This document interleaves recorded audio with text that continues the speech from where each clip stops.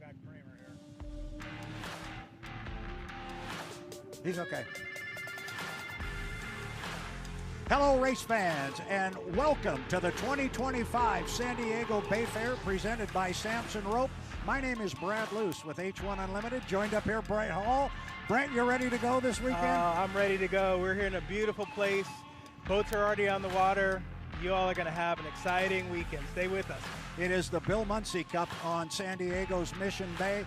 We're going to be covering all the action. Tanner Faust is going to be up here with me Saturday and Sunday, but for today, I get to work with this young buck. Get to work with this guy. And that's always a lot of fun for me, so we're going to have a good time here. We've got testing on the water right now for our H1 Unlimiteds. Coming up a little after 1 o'clock this afternoon, we're going to go H1 qualifying. So a busy day as we get ready for the Bill Muncey Cup, but we've got a lot more to decide other than just the Bill Muncey Cup. We got a National High Points Championship sitting on the line too. So we're going to be running down our National High Points as we look at the racing that's going to go on. So there's a lot to be decided. The Bill Muncey Cup, the National High Points Championship, and we've got a lot of boats that are very close together. We had our back to the water. I think Mr. Peabody must have found his way back to the pit area, and now it is just Super Dave Villwock. You talked to him yesterday. I did. He's one of those guys that had never been over on this side of the river before. Yeah, boy, all the drivers had mentioned that, and I hadn't either, so it's a beautiful location. We're so close to the boats. We're right at start-finish line. I'm glad you're here with us. And we are very glad you're here with us, and we're going to be here all weekend with wall-to-wall coverage. It's the 2025 Bill Muncey Cup at the San Diego Bayfair, powered by Samson Rope. It's the final race in the 2025 season. It seems like it was only yesterday you and I were down at Guntersville, Alabama. That was over 2 months ago, and here we are in beautiful Mission Bay. Yeah, boy, what a build-up to our final race of the year, and the drivers are excited. You could tell there was some tenseness when we talked to them yesterday, and I'll get into more of those details, but yeah, everyone wants to come win this thing. Everybody likes to win. Everybody likes to win in Seattle, but don't ever discount this San Diego race. This is a big one. Everybody likes it. And part of that, I think, it's just nice to be in San Diego. What a great venue. It really is. And you know, Jared was sharing with me, I had no idea that this was a man-made park. And it's built in the 40s and 50s, and it was built specifically for water sports and then eventually boat racing. I think it really was. It was dredged for boat racing in the late 1950s. And then in 1964, yes, they had their first boat race here. So this is a 61-year tradition that we're continuing here today. It's the San Diego Bayfair, presented by Samson Rope, a new sponsor with Samson Rope. We're just excited as ever to have them on board with us as Dave rips by one more time in that very, very famous boat. Like you were saying earlier, you know it as Oh Boy Alberto. I do. Everyone knows it as something different, but I know it as Oh Boy Alberto. Yeah. And that boat has got a soft spot in the heart of all those fans in Madison, Indiana that are watching us from there. Overlooking the Ohio River, your boat is on the water. Since we left Madison, bad boy claimed another APBA Gold Cup, got Dave number 11. How about that? He did. You know, and he was talking about just his strategy, and there he lifted the boat just a little bit, and this happened in Seattle too. Boy, when he's testing, he doesn't play. He's trying to air it out as much as possible. He flies the boat like nobody else, and sometimes he gets it up in the air, but the last couple times he's brought it right back down. And here he comes down to complete another lap here. We're not getting speeds yet. We'll get them for you shortly. We're working on that connection. Dave Villwock, 27 to Miss Apollo, and he's going to be joined out here. I think this is Jamie Nilsen in the 11, but the it is not. This is going to be Andrew Tate. And talking about national high points, here is our national high points leader, the U91, the Goodman Real Estate. I knew better than to try and pick a boat with the color when I can't see them. That's all right. Coming at me here, but what I've noticed already, and I know we just got started here in testing, but Corey Peabody came out and ran all of his testing laps right up against the outside course marker. So did Andrew Tate in that first flyby there. He was way wide. Yeah. It seems like right now they're just trying to get all the different timing marks, figure out where they want to be. And remember, in saltwater, you've got to keep your lane spacing, otherwise you can really damage the boat. So the drivers are thinking about that, thinking about where they need to be, and sometimes it might make more sense to go from the outside and just keep your speed up. And we talk about that, the fact that the boats can be damaged, specifically the motors with the salt water. And if you're new to H1 Unlimited Racing and you're going, oh, wait a minute, I watched that first race in Seattle or Tri-Cities. These boats look a little different this time. Yeah. What's this extended thing that's out over the top of the cockpit there? That is a device we call the saltwater snorkel to keep the salt out of the engine, because salt water and a turbine engine, that they just do not mix. It is no good. Boy, Andrew's ripping as he comes across. Now he's moved it a little bit to the left, but he's still out about lane 4 as he comes across. And I think now his radio guy right down below us is going to tell him, all right, Andrew, you got the course to yourself. Yeah, he can go anywhere he wants here. Yeah, Andrew seemed like he just had he was calm, cool, and collected. You know, it's been a challenging season. Seattle, he really made a turnaround and has put himself in a good place, but you never can count all these other boats out. They're all very competitive. They are very competitive, and we mentioned the National High Points chase. Just take a look at that a little bit. Andrew Tate is our leader in National High Points right now. He has 4,075 points. Right behind him is J. Michael Kelly in the Beacon Electric. He has 3,651 points, so he's back 424 points. And then right behind him is Corey Peabody. He is 436 points behind.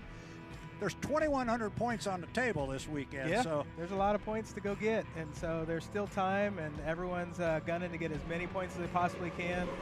Another nice lap by Andrew here. Again, his boat ride, very smooth. It's very level, you know, and he's just getting the full horsepower out of the propeller. And look how close he was to the outside course marker there. It got wet when he went by. Yeah, maybe a little love tap. No, he didn't touch it, but he was close, yeah.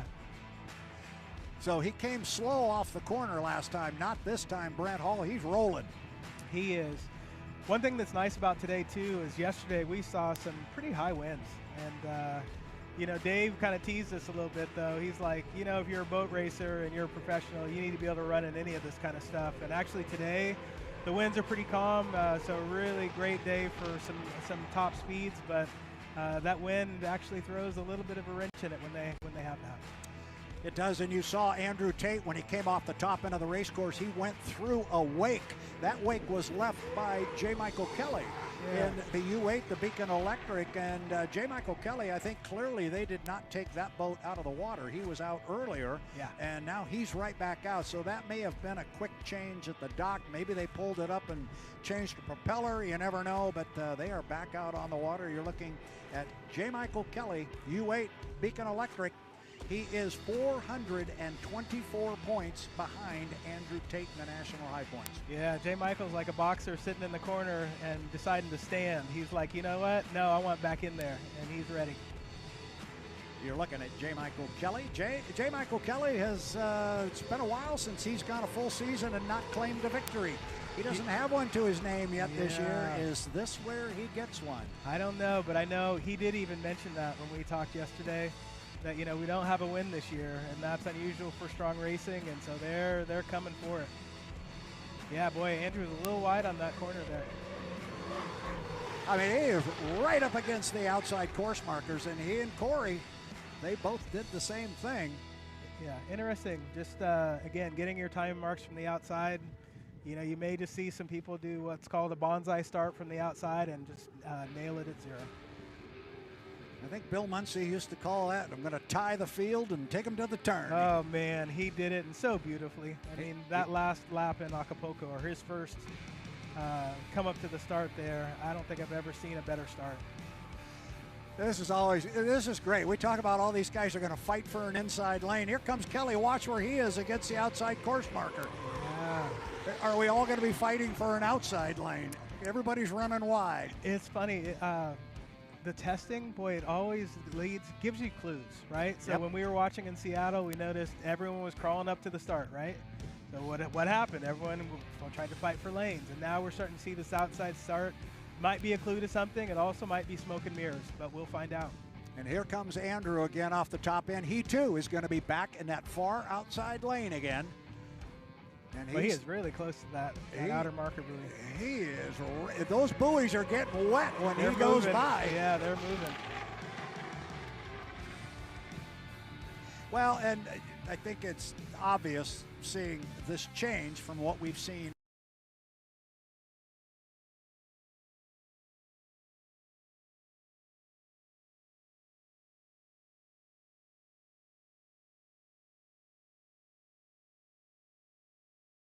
Yeah. And during our normal racing throughout the entire season, during the milling period, the overlap rule has been 5 boat lengths or a rooster tail length, whichever is longer. And then once the boats are racing, our overlap rule is 7 boat lengths or whichever is longer, that or the rooster tail. We have thrown the 5 boat lengths out the window for San Diego. Yes, it sir. will be 7 boat lengths or a rooster tail length, whichever is longer. That is the overlap rule. Whether you are entering the course, whether it's a milling period or racing, you better have 7, and they're going to watch it close. They are, and the drivers were asking questions during the meeting, and I got tickled. Jonathan definitely holds down a tight ship and explained to them exactly what was going to happen. You know the rule book. You know what's in there. You know what we've been calling. I like the confidence that he's bringing to the decisions that are made from a referee perspective. That is a great point, Brent, because it was very apparent. It's been apparent since he's been our chief referee for the last 2 seasons, but I don't know that I heard it stated quite with the emphasis that it was today. He's a bad dude. Yeah, it was you saw me call them. We called them in Madison. We called them in Tri-Cities, and we're going to call them here. Yeah. And he made it very clear, so I don't think I'd want to push the rule book too far this weekend with Jonathan. He's going to have a watchful eye on it. Mic drop. He just dropped the mic. Yep. That's it. That is it. It is the 2025 San Diego Bayfair, powered by Samson Rope. We are here on Mission Bay in Southern California, San Diego to be exact. Brad Luce along with Brent Hall. It's just good to. Have you had a good time this year? I always have a good time, especially with you. Yeah. Man, we get to hang out. We do get to hang out. And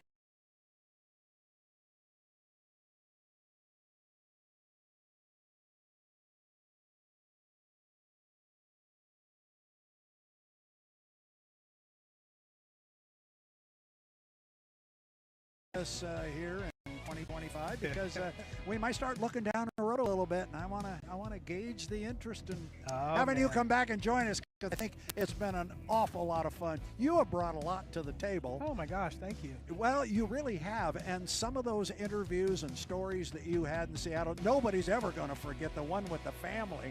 That was one of the best pieces of the year. Yeah, and you know what's interesting is I'm still in touch with the family. So that's awesome. Jace, the 11-year-old, he loves engines, and so what we want to do is invite him to a boat shop, and he's already gotten one invite. I got to coordinate with his mom, and we'll figure out how to do that. But you know, we want to keep those kinds of things going. Boy, talking about building the fan base one at a time. One at a time, you bet, you bet. And actually, 2026, my hope though, man, I'd love being here with you, but man, I'd love to be in a boat. So, I know you But do. you can invite me up anytime, so we'll figure it out either way. We'll figure it out either way. We would love to have you up here, but I know where your heart is, and Yes. you want to, and that's where you need to be. Thank you, thank you. Yeah, we still, it's job not finished. Kobe Bryant quote, job not finished. I got some stuff to do. So I have to ask then, you kind of teed that one up for me, so I'll pull the driver out of the bag. Yeah. Is there any prospects? I mean, is there conversations going on? You know, there's always conversations. Of course there are. Not until I see my name on the boat and we're out there running will I say anything. But, you know, I definitely have had a lot of support, and it's been fun being out here. And I remember Daryl saying, well, you know, we should maybe have you part of the telecast, keep your name out there, and then, you know, definitely we're still continuing to look and see how we get you involved as a driver. But, man, it's been an honor to be here with you and to continue these stories. And, hey, even Bill Muncey, he was one who was a driver and still did some interviews too. So you just never know. Absolutely, absolutely. Well, that knife cuts both ways, because it's been a real treat having you up here. And when I found out you were going to be up here with me all day today and covering the Friday show, it's just fun. This is our time, man. I love it. I get so excited. So you fans out there think, who are these guys? Well, it's Brad Luce and Brent Hall. Yes. We're just talking hydroplanes overlooking beautiful San Diego Mission Bay. We got palm trees in front of us. We got a marine layer that's going to burn off. Got H1 Unlimited hydroplanes, speaking of which we got another one coming out. And it doesn't get any better than this. It doesn't. You know, one thing that I've heard all the drivers say, again, how beautiful it is over on Fiesta Island. And Jimmy, Andrew's radio person, got teased a little bit. He's like, no wonder why it takes him so long to come back from Fiesta Island. It is so beautiful over here, and the drivers have never seen this location. So again, you know, you get to see it now from our camera perspective, but boys, there's just nothing like being here in person. There is nothing like it, and the pit area it's right over there. Yeah. But over there, to get there, you got to drive about 5 miles. Got to get on the highway. Yeah, you do. So Corey Peabody is out on the race course again, the U9, the Beacon Plumbing.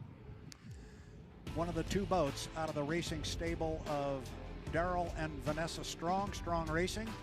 Again, you are watching the 2025 San Diego Bayfair presented by Samson Rope, Brad Luce, along with Brent Hall. Watching our first testing session of the weekend, and now the first thing we notice that is big and different, suddenly Corey Peabody is hanging on an inside lane this time. Yeah. So he's a whole lot tighter than he was before. We'll see if he stays there. I got to tell you, you know, just talking to Corey yesterday too, just no nonsense. He was really all about business. You know, this has been a long season, not exactly where he's wanted to be from a driving perspective, but I can see in his eye he's coming. He's coming, and he's going to come hard. So let's see what Corey brings this weekend.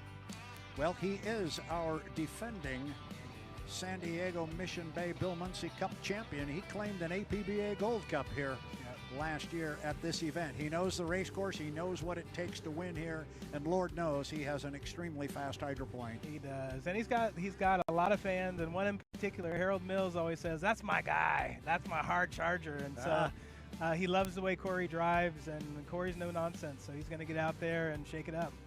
So clearly they made a change on the boat, or I would assume they made a change on the boat to set it up to run a little bit better on an inside line, because he's much tighter to the buoy row than both he and Andrew were the first time they were out. As he heads down toward the bottom end of the race course. Again, we don't have speeds yet.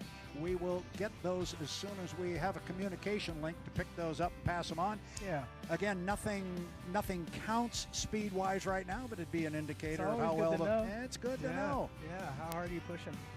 I can tell you running real fast. I can too. You know, and the driver themselves, you know, they have what's called a race pack dashboard. It's called a logger dash, and so they can see their speeds. It's just slightly delayed, but they can see their speeds, and when they get back to the truck, they'll see, like, hey, how was I coming out of the corner? What was my RPM? And they can overlay that with other runs to understand, like, was this a better run? Was it a faster run, a slower run? Did the outside lane help me a little bit more to keep my speed up, or was I still just as fast on the inside?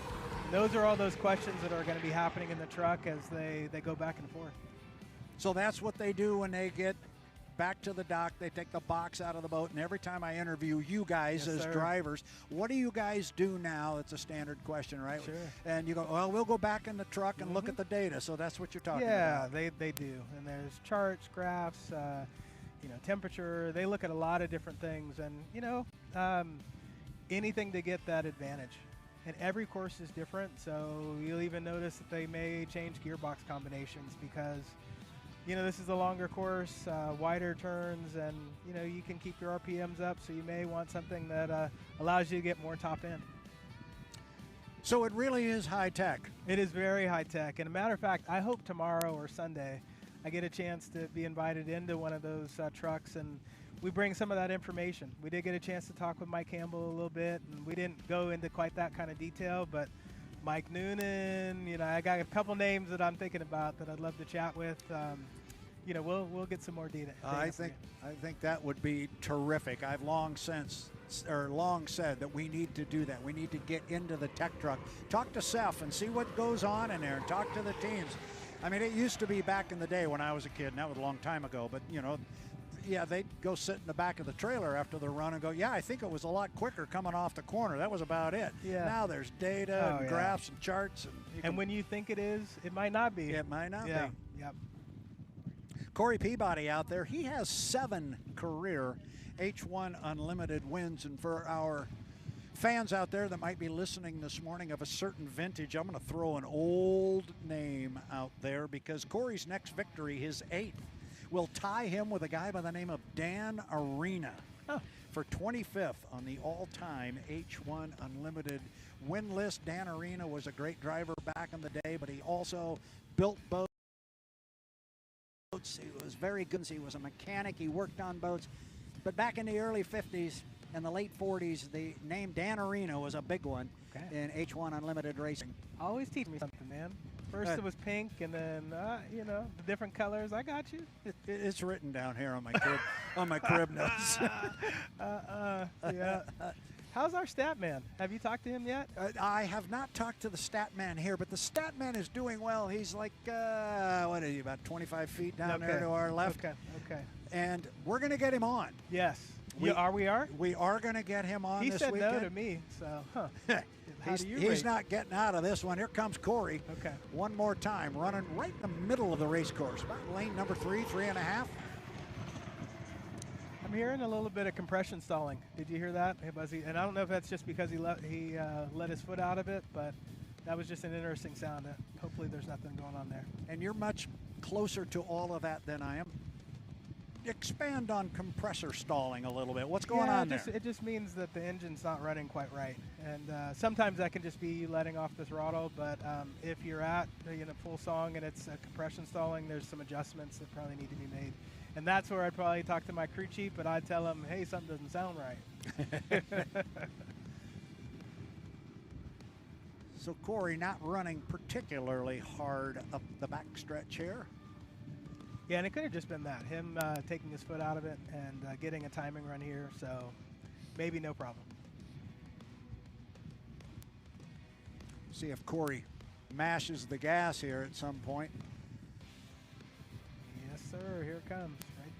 Right. Well, not yet. Now this looks like a Seattle run here. It does look like a Seattle run. So again, kind of prepared for any scenario with the fight for lanes. You do have to be prepared for just about anything. And we were talking a little bit about this. Sometimes there's opportunities to make a move and people don't, and other drivers kind of see that and wonder, well, what's going on? But there's so many different scenarios that play out just in that last 30 seconds. Yep. That are just really important for a driver to consider. Like, what's my A, B, and C? And we waited for him to mash the gas coming off the top end of the race course. He did not, but about halfway down the front chute, then he did. That was very reminiscent of what we saw in Seattle. Yeah. Now, as a driver, yes, the other guys are up there watching this too. Oh, right? They are. They're all saying, well, what's Corey doing out there? And he may have been just playing just to see, like, hey, you want to watch something? Watch this. But actually, he also might have just been doing kind of a different timing mark, and our score up's at 1:15, right? So, correct. Yeah, so at 1:15. So there's a lot of different scenarios that a driver might be playing with right now, but yeah, we'll have to talk to Corey and see what he'll share. So our boats are all going to get an opportunity to run 5 times here. Yep. That's 400 points in each heat are on the table. So there's your 2,000 points. There's 100 points laying out here for qualifying. Yeah. That's where we came up with the 2,100 number. And there's only 420-some points separating 1 and 2, and 436 points separating 1, 2, and 3. This is where you want to make sure every bolt is tight, everything's plugged in, all plugs are in. You don't want to have a simple mistake pull you out of a heat.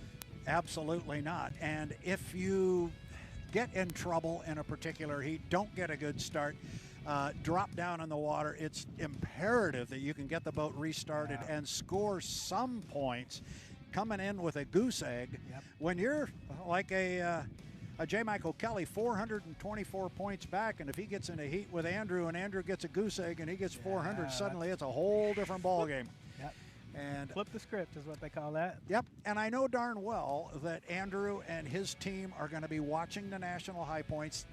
That's job one, I have to think. Get that national high points, finish, get the points, get that in the bank. So you've got that taken care of, and then you can come out and let her fly. That's right, that's right. Yeah, he better do that, otherwise you're going to have to talk to Grandma Tate. Grandma Tate, absolutely. And I have gotten to know Grandma Tate, the last couple of trips to Madison, Indiana, is just a real treat. She's becoming quite the rock star. She is a rock star. She is. Man. On the H1 Unlimited circuit, and you know darn well, she tells me all the time when I see her, and she always brings me goodies in Madison. She brings you goodies. Yes. Okay, I mean, whatever. I have had some special roasted peanuts from her. I have had cookies made special for me. And Grandma Tate, if you're listening, put me on the list. Please put me on the list. That's where I was just going to go with it, because we know that Grandma Tate is listening somewhere. So if you are, we wish you were here, but we certainly enjoyed seeing you in Madison this summer. We will do it again next year. But in the meantime, Brent and I are going to keep looking good and fast. Yep, making the family proud. So taking a look at our schedule a little bit for the remainder of the day, we're in the middle of an open testing session, which is going to go from 10:15 until 12:15. So we take a look at the hours still to go. I would expect we'll start seeing some Grand Prix. Yeah. Grand Prix hydroplanes come out. Our 1 liters can also come out. So it is an open testing session, but they gear it toward H1 up front. Yeah. We've seen all of our H1 boats on the water with the exception of the 11. We haven't seen the FLAV-R-PAC out here yet. Right. We thought we did, but we didn't. Yeah, we wanted to see it. Yeah, and that doesn't count. No, I guess it doesn't. They don't get credit for those laps because I Yeah. thought they were out there. They were really fast in your mind. They were. Okay. They were. And Scott Chan and Rainey's boat, the U11, the Miss FLAV-R-PAC, they will be out. They are here. They are ready to go. They're anxious. They are. Like everybody is. I know they would, and I say it, and I know there's fans out there going, here he goes. Here he goes. He's going to say it again. But one of these days. One of these days. The 11's going to walk out of here with a big trophy, and I just hope I'm at that event because there's going to be a party in the pit area. We will be the biggest cheerleaders. That team has put in so much work, and you know, it was fun talking to Jamie yesterday.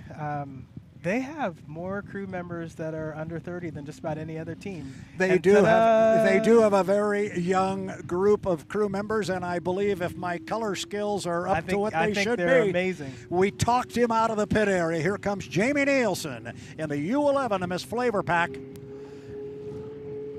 Oh, he sounds good. He does sound good, and he looks good. The sun comes out, hits that bright blue and yellow of the Miss FLAV-R-PAC. It's such a pretty combination. The way they wrapped the boat this year, it looks great. I know the crew shirts and everything. They're extremely proud to be representing FLAV-R-PAC, and there definitely have been some jokes about like the boats lost weight because of the veggies. Eat your veggies, right? But definitely a proud Tri-Cities company that has supported boat racing and other forms of motorsport. So we're just really glad that they're here and supporting this team. Yeah, absolutely, and he's going just slowly up the backstretch right now. Jamie Nilsen, been driving for Scott and Shannon now for a number of years, but this is the first year that they've had the FLAV-R-PAC sponsorship. It is. They secured that sponsorship for this year just before the season started and just before we headed down to Guntersville, Alabama to begin our 2025 season. But as you said, it's been a good relationship. They very quickly showed up at the test session. The boat was all wrapped. The trailer was wrapped. Looking good. The truck, everything looked great. And you were talking crew uniforms. And now, if anybody wants to run on an inside lane, here's Jamie our Nilsen guy. will do it. You saw him come off the top end of the race course, and he says, "You guys can do all that outside running you want. I'm going to be in lane one." Yeah, I don't know what you all are doing, but I'm going to be in lane one. Yep. Don't ask your spotters where I am, because I'll tell you where I'm going to be. Jamie Nilsen, and he's got a knack of getting that inside lane, and boom, just like that, we've got some speeds up on the screen that we can talk to there. How about Corey Peabody in a $161? There's a good run there. Villwock, 159. What do we got? This is the first time we are seeing them as well. 159.897 for Villwock. Tate, 158.061. Kelly, 157.972, and then that was just Jamie's first lap, so I'm not going to count the 112. Let's let him get a full lap in. Well, let's look at Kelly there at 157.9. Let's call that a 158. So you got four boats between 161 and 158. Super tight. And now go back and think about the lanes they were running in. Yeah. So that does make a difference. Toledo. Jamie Nilsen, the boat sounds beautiful as he comes across start-finish, getting a good boat ride by himself. on Mission Bay. Goes down to what we call the I-5 turn here. That's for those of you up in Seattle and the Pacific Northwest. If he went straight there about another mile, he'd run right into good old Interstate 5. We know that one well in We Seattle, do know that one well. Yeah. You know, it was interesting talking with Shannon. Scott and Shannon Rainey have been in unlimited hydroplane racing 35 years. Is that what it is? Yeah, 35 Wow. years. I know he was a crew chief. They've been an owner for a while. But yeah, it's really exciting to see what that team's been doing. Rainey family is more than just they have a boat and they have a team. They are very, very active within H1 Unlimited. Shannon Rainey is a member of the H1 Unlimited Board of Directors. Scott is very active on the competition committee. If you're going to get your credentials validated at any of our events, well, you're going to go in and run into family members in there. Emily Rainey in the trailer this weekend. So they're part of the inner workings of H1 Unlimited as well. Yeah. I was losing track on my thought there because Statman was trying to do some hand signals, and now he's wiping the sweat off his brow. I'm not sure what he was trying to tell me, but yes, the stats or the scores are up there, my man. Yeah. We're going to get him on camera. We know that. Yeah. I saw you. I saw the two of you were. Yeah. I don't know what you were doing, but you were doing it, and welcome to my world of trying to. Oh, I think he's trying to say something about pick the prop. Is that? I don't know if he's going. I think he's got a Seinfeld reference going on up there. Yeah, the golf ball. So I don't know. I'm sorry, fans. I'll pay attention to you. I don't know what he's doing and the race. That's where I'm focused. Thank you, Statman. Jamie Nilsen clicked off a quick lap there at 151.780, 151.780, and you see on the Bill Muncey Cup testing clock up there in the upper left corner, we've still got over an hour here of open testing. It is the 2025 San Diego Bayfair powered by Samson Rope. We are very, very happy to have them on board with us this year. For San Diego Bayfair, they have stepped up in a big way, and fans, you're across the country, you've been listening to us, and you go to these events when we are in your town. You know it doesn't happen without two of the most important ingredients. One is sponsorship, like Samson Rope, that steps up and helps out, and you can't say we have an event at all unless you talk about the volunteers. Okay. Without our volunteers, nothing happens. We got a bunch of them up here on top of the tower with us, and you've been a volunteer many times, so have I, and we do it for one reason. We do it because we love the sport of hydroplane racing, and whatever it takes, that's what we're going to do, and you and I are coming back and do it again next year. I would agree, and boy, you know, just the smiles we got as we drove in, and you teasing the people at the gate. I don't know why you do that. Why you mess with people like that? It's fun. I was in sales, and so my kids used to tell me when we'd go to the grocery store, they go, "Dad, do you have to talk to everybody in line at the?" Yeah, you do. Actually, you made her day, and she was smiling and giggling. So, you know, that's what it's all about. It is. We're in a people business. We are in the people business, and we're always selling. And I've had this conversation with people. They go, "God, I've never been in sales at all my life." You're in sales all the time. Mm-hmm. You're selling your personality. You're selling yourself. And I'm not an introverted type. No, so not at all. I got to get out and have a good time. And you were dancing earlier. I was, and that's a scary thought, I know, for a lot of people out there. It started to move. Yeah, and then it stopped. It stopped, all right. Yeah. It stopped, all Thank right. you for stopping. Oh, my goodness. So we started to look at our schedule, and we kind of got distracted there by Jamie Nilsen, and that was nice of him to do that. Yeah. We've got the Good testing session open until 12:15, actually go until 12:10, and this is open to H1 Unlimited, Grand Prix, and 1-liters. And then from 12:15 to 12:45, we're going to take a little bit of a break. We're going to have a lunch break here. We're going to get our safety and rescue personnel in off the water, let them take a break. And then we're going to come back with some racing on the water. At 12:50, we'll have our first heat of racing. It'll be our 1-liters. And we've got, I think, 6 1-liters. I'll have to look at our list as I hear what I would imagine is a Grand Prix coming out on the race course. And after our first heat of racing at 12:50, which is a 1-liter heat, then at 1:15, we are going to go Grand Prix qualifying. We will follow Grand Prix qualifying with H1 Unlimited qualifying from 1:45 until 3:20. And then at 3:20, we will go with our 1-liter Heat 2. And then we will follow that up at 3:40 to the end of the day at 5 o'clock with our Southern California speedboat classes. So for the fans here along the shoreline, just a lot of activity all day long. There is, yeah. And so, Brad, thanks for reading through that. And definitely you can find the schedule on the GP America's Facebook page, on our H1 Unlimited Facebook page. Definitely we've got quite a presence online. And so we're going to bring it to you here, but we want you to have several different ways to find out the schedule and follow us. So we've got Grand Prix boats out on the water. You're looking at the GP 79, a bad influence with Jeff Bernard.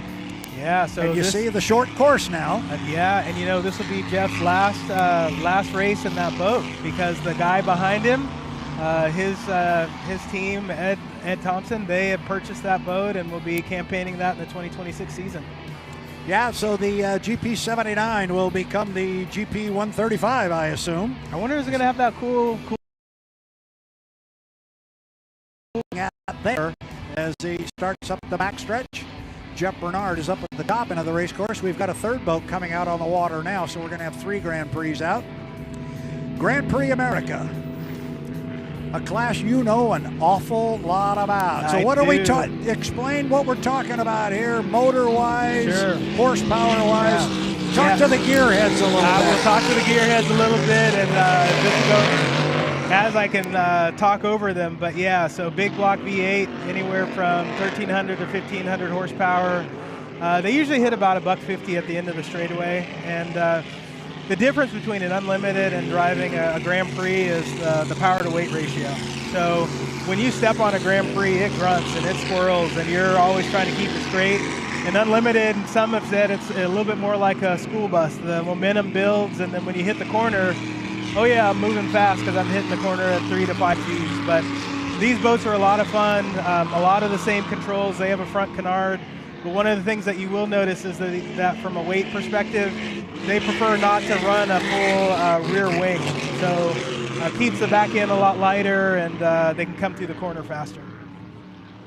Yeah, I've always heard the drivers say when they talk about the difference between a GP and an unlimited, they say when you mash your foot in that Grand Prix, it'll push you back in the seat. It does. It really does. And like I said, it just starts bouncing, starts sponson walking.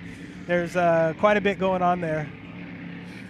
You're looking at Jeff Bernard. He turned in one hot lap, and now John Shaw in the Cool Cat Motorsports is going to put his foot down. You're looking at him there from up above. Yeah, it's nice to have a couple boats on the water, and almost looks like a race. They're getting with it. Looking at John Shaw, GP 135, and here comes Bernard on the outside. Jeff's coming real hard right behind him. Take that back. That's all right. He was, and then he wasn't. Yeah, and it wasn't Jeff Bernard. And I think one thing that's important to note about the Grand Prix, and it's been this way always at San Diego, but it's a long drag to the start.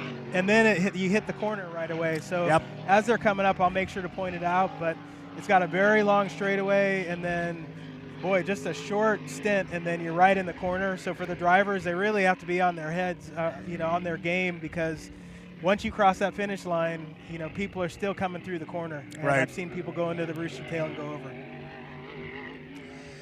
Yeah, I misspoke the last time the boats came down. I said that was Jeff Bernard in the 79 that was coming down. It was not. It was Kevin Ekert in the GP10, the boat they call the Freak. But this one, we know it's John Shaw, 135. Yeah, easy one to identify with all the color combinations and the beautiful graphics. They've really done a good job with that boat. And as the Freak goes by, I'm just going to talk about Cool Cat Motorsports. Boy, I've been really impressed to get to know them. We got a chance to spend some time with them, with the family that you saw, and Cool Cat Motorsports, they rolled out the red carpet. I tell you, all the drivers did, but they took it to another level. When the kids came, they welcomed them, and then not only that, but they got them to sit in the boat. They got a chance to explain the motors, and then they walked out with a gift bag and crew shirts. So really? I was blown away. I love that team. Very good. That kind of stuff just warms my heart. But golly, I say it all the time, but that is what is so good about our sport, whether it's Grand Prix or H1. Our race teams, people, everybody involved is so approachable. They love it, and they love. All you have to do is ask a question, and they love to talk about their boats. That's right. Yeah, I think I was asked a question on a podcast, and what they asked me was, what advice would you give to someone, a young person who's interested in the sport?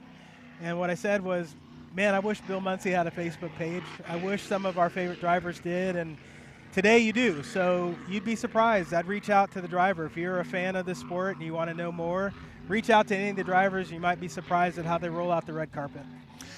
You're talking about having that conversation on a podcast. Would that have been the Chasing Tails podcast? No, it was a different one. I don't think so. I think that was when you were doing a little trash talking to yours truly here. No, I don't do that. No, but I just wanted to remind you that I get the last swing in this one. Do you? Well, of course, they haven't reached out and asked me yet, but they've told me when the season's over. Okay. So I may get a shot, but. And they did tell me that they were going to wait so I could have credit. They said they were going to wait. Yeah, they said they were going to wait until this was over so I could brag and talk to you about being on Chasing Tails first. Oh, I see. Yeah, well, you definitely got that. Yeah. No, but you did get the invite first. This one just happened to fall into place. Boy, the Freak. Let's talk about this boat for a second. Super fast boat with Richards Racing, and now we've got his sister boat with Austin Ekrit in it, and a great shop. You know, they're really investing quite a bit of money. I'd call them the West Coast Bernie Littles. He is really investing quite a bit in growing Grand Prix, and had a lot to do with Seafair coming back. So Brian Richards, just thank you for all that you're doing for this particular class, and proud of how this team has come up. They had a tough start, but now they're second and third. So and the boat you're looking at right there, that beautiful blue and white hydroplane, driven there by Austin Ekrit. Awesome. Was our winner in Seattle. He was. How about that? Yeah, I'm really proud of Austin, and I've watched him come up from the 2.5 stock class all the way here, and still the same guy. You know, still just this. Just a super nice guy to talk to. He really cares about the sport, and he can drive the heck out of a race boat. He really can drive the heck out of a race boat. He's coming off the top end. You talk about Cool Cat Motorsports and how good those people are. This young man, Austin Ekrit, grabbed my grandson a year ago in Tri-Cities, said, "Get in the boat, young man," and he had him up there. It was great stuff.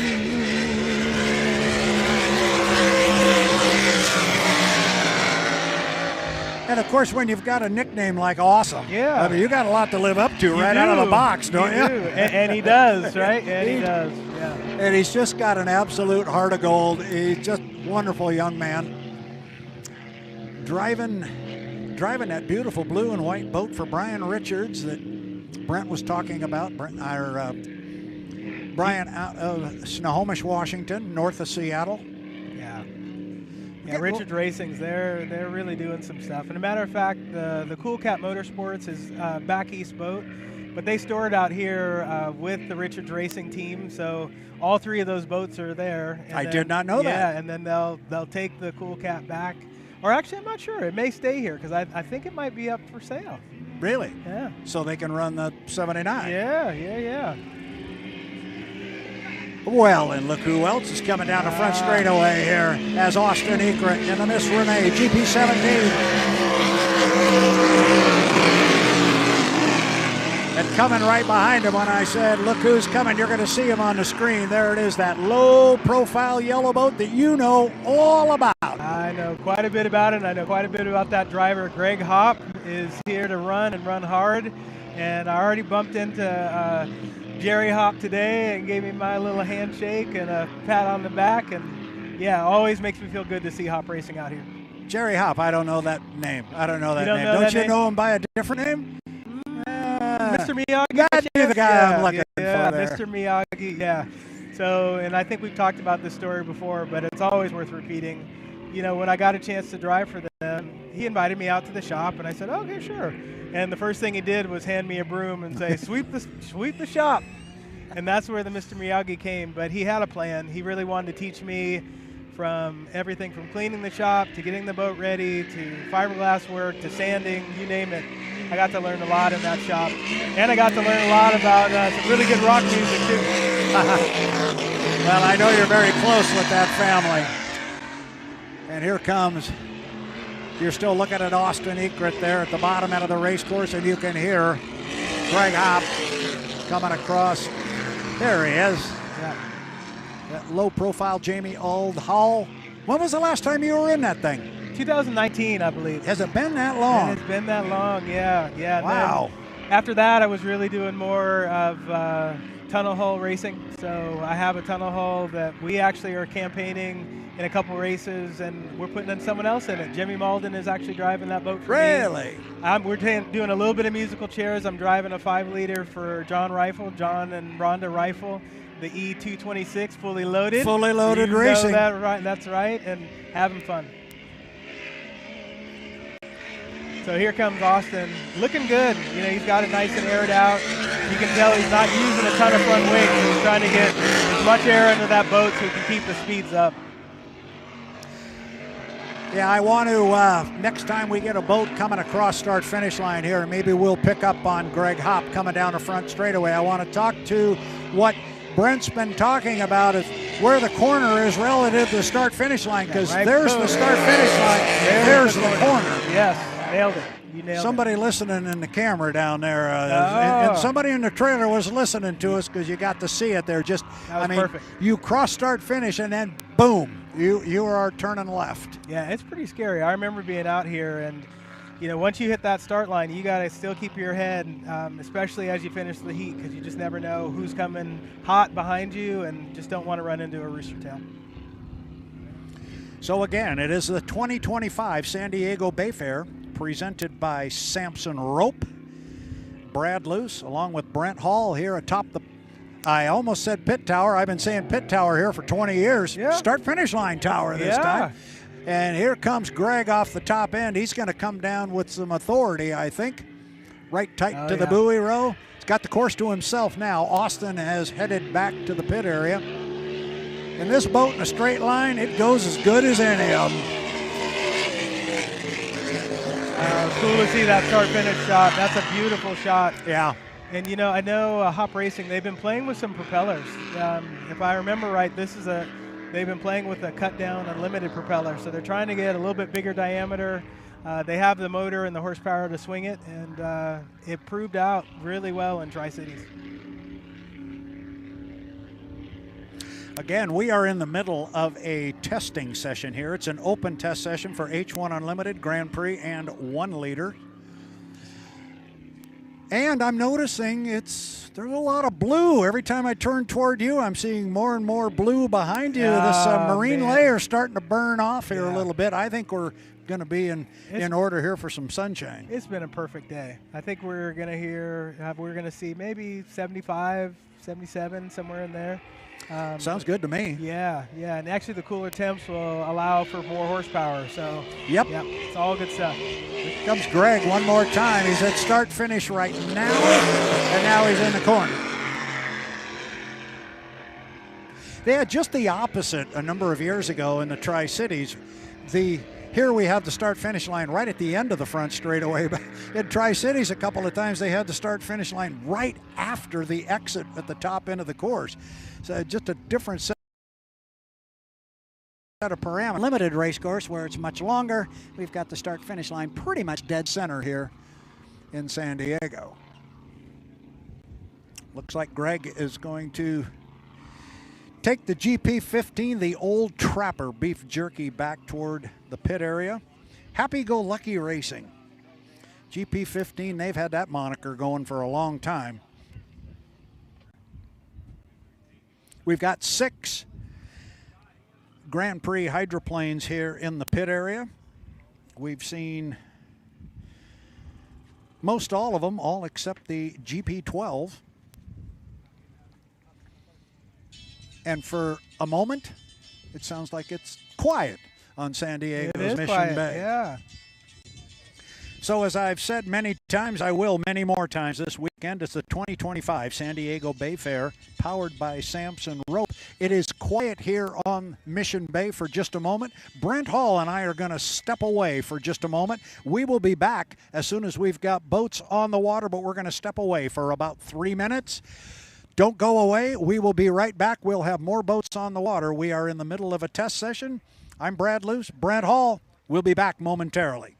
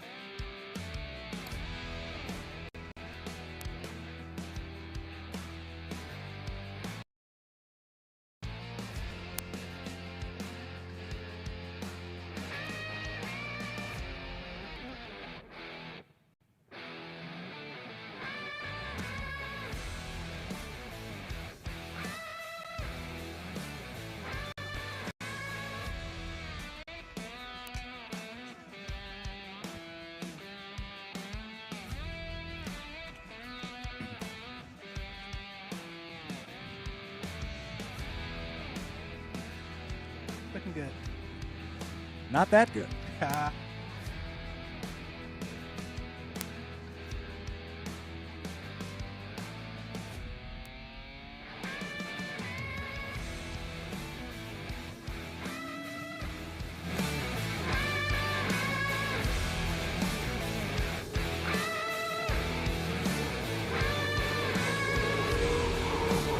My mic.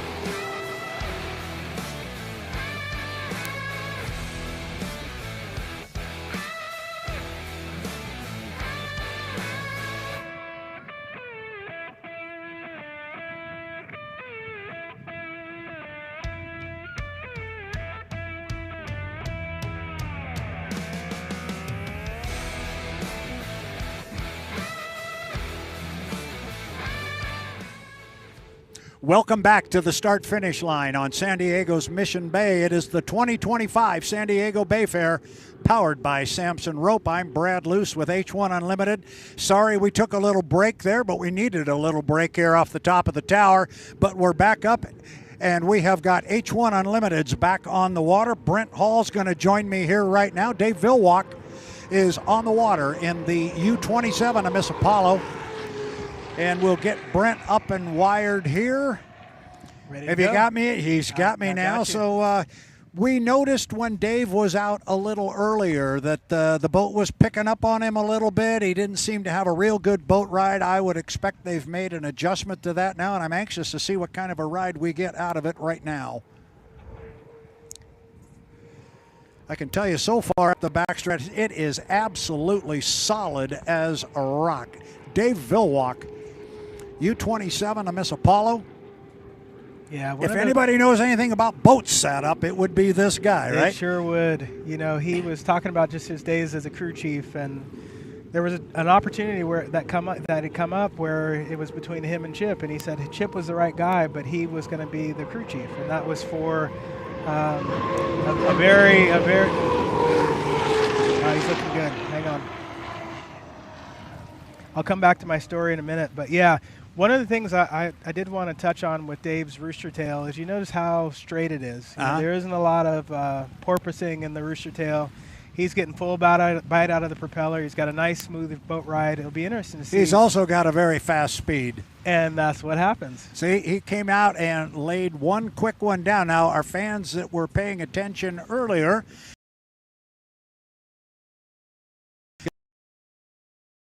because he has gone away. He lost it, so that's why you're not seeing Corey Peabody speed up there. Now, this is one of those times when they go in a truck, and I'm assuming Dave says, felt real good. Yeah, felt real good. Yeah, hope there's no fuel flow issue here, but I doubt it. They definitely know how to dial things in. All the teams do, and sometimes that just happens, but that's why we test. 161.8, backed it up with a 162.6 miles per hour. So a good run. We'll see what Dave, he's going to stay out and maybe play a little bit here and maybe make what we call a timing run. And for our new fans that may be watching this for the first time, our racing is done completely on a clock start. It is all about putting your boat at the start-finish line right in front of Brent and me, right as the clock strikes zero with about that much boat speed. That's the idea. Dave then immediately hangs it on the hook and turns left. That is a legal maneuver to cut the race course from the front straightaway to the back straightaway. He can do that where he just did it, which is on the GP course as he goes toward the bottom. Now, if he wanted to cut the race course from the back stretch to the front stretch where he is now, he could do it on that end of the race course. You can cut front to back, the bottom end of the race course where he just did. He can cut from the back stretch to the front when he's up toward the pit area where he is now. I hope that didn't confuse everybody, but that's what you can do. Well, and the thing is, we have a picture that kind of helps us understand that, but the most important thing is staying out of the DMZ. Boats and the rescue crew are, and so that's why we have designated lanes crossing cutting the course. And that is an immediate disqualification if you go into one of the safety zones. It is. And that's a tough one. Even if you're going 10 miles an hour, you just don't go through there. You do not go through a safety zone, and that's why they are designated as such. So Dave Villwock, that was impressive. That was very impressive. The boat ride looked really, really good. It was very stable. It was solid, and obviously from the speeds on the screen, it was quick. Yeah, you know, making me go back to yesterday. He had just a little bit bigger smile, and now I'm wondering what that was all about. Boy, I'd be smiling now with the 162 up there. Yeah, now he'll always say, well, we got to wait and see if it goes through the tech truck, and he would say that because it's the politically correct thing to say, but it's going to, he knows. It is. He knows if he exceeded. He knows. They've got warning lights in there that tell him if they're over on N2 and so forth. And they got our guy Taylor Evans on the job as crew chief, so you know he does it right. He does do it right. Taylor's that's a name that you're going to hear more and more of as H1 Unlimited continues to grow. Taylor Evans. Just remember that name. Yeah, I almost said Taylor Swift, but Taylor Evans. Yeah, no, he is amazing. And you know what I love is super smart. He really loves to get his hands dirty. He is learning from the best. He's going to be the top crew chief before we know it, and he's already won a Gold Cup, so what a way to start. Yeah, and he's a terrific young man. He's got a sense of humor. He's hilarious. He does. If we happen to spend a lot of time with him on the circuit so far this year, but a couple of afternoons and early evenings in Madison, he had a bunch of us just laughing so hard we could hardly. Yeah, it was fun. He's a character, but like you said, a very dedicated and sharp guy. He is, and you know that's a partnership. So Rachel Evans, his wife, she says she is now a Gold Cup trophy wife, yep, and is super proud of her team, her husband, and everyone involved. And you talk about. I think where you were going with the story that you said you would get back to, which was when Dave Villwock and Chip Hanauer were going to get involved together, and Hanauer was going to be the driver. He was going to be the team manager / crew chief. I think you're probably going to go to 1989. I think you're right. Which is one of the great interviews at the end of that race, and then you can tell me about the story and so forth. But I was just reminded of that with what you were saying about Taylor Evans when you said this is a name you're going to hear about in the future as we move forward. Well, that 1989 interview in Seattle when Chip Hanauer grabbed Dave Villwock and said, this guy is going to be one of the biggest stars the sport has ever known. And boy, how pathetic those words were. Yeah, boy, they really are. And it's just really interesting to hear the history from Dave. He has so many different stories of when he was racing with Chip, when he raced against Chip, when he was his crew chief. And I think those are some of the things that I wanted to make sure we pull out today. Dave, he obviously the winningest driver in this sport and has really realized that now it's about how do I build others. And Taylor was one of those people on his list, was that Taylor Evans is someone he wants to see grow in this sport. They definitely have a lot of talented folks on that team that are all looking to grow and kind of give to that the next wave. It's very interesting what you just said about Dave Villwock trying to bring along a young Taylor Evans and how he's doing that and has been for a number of years. Dave Villwock, when I sat down with him at the beginning of the season during the shop tours, I asked Dave flat out, I go, you have won so much. Yeah. You've won every race. You're the winningest driver. What drives you? What gets you up in the morning and gets you to go down to the boat shop and do your thing and keep doing this? And he was very gracious about it. And he said, you know, I have won everything. I've been very fortunate and yada, yada. He said all the right things. But then he said, I want to pay it back. Yeah. And I want to pay it back to some of these other people. And he mentioned a bucket list racing and Kelly Stockland, how he wanted to help him out and now help out Bruce Ratchford and help them to be successful. And it's really Dave coming full circle to me. Yeah, he was the competitor. He was driving all these boats. And now he's still driving these boats, and he's still the winningest driver and all that good stuff, but now he's trying to really help others out. And I don't know, to me, that's a true champion. It is. And he has morphed over time. He was very transparent about that. You know, during the Budweiser days, it was very professional, and, you know, hey, it was all about winning. And now, because he's won so much, it's a chance for him to do things a little differently, and You know, it's really cool to see this side of Dave. So, the stat man. Yes. He's pulled another one out. What'd he do? Here he goes. What'd he do? So we're talking about Dave Villwock. We're talking about Taylor Evans. And Dave's first win, which took place right here in 1992, it was 1 year to the day of Taylor Evans being born. And that's the type of stuff that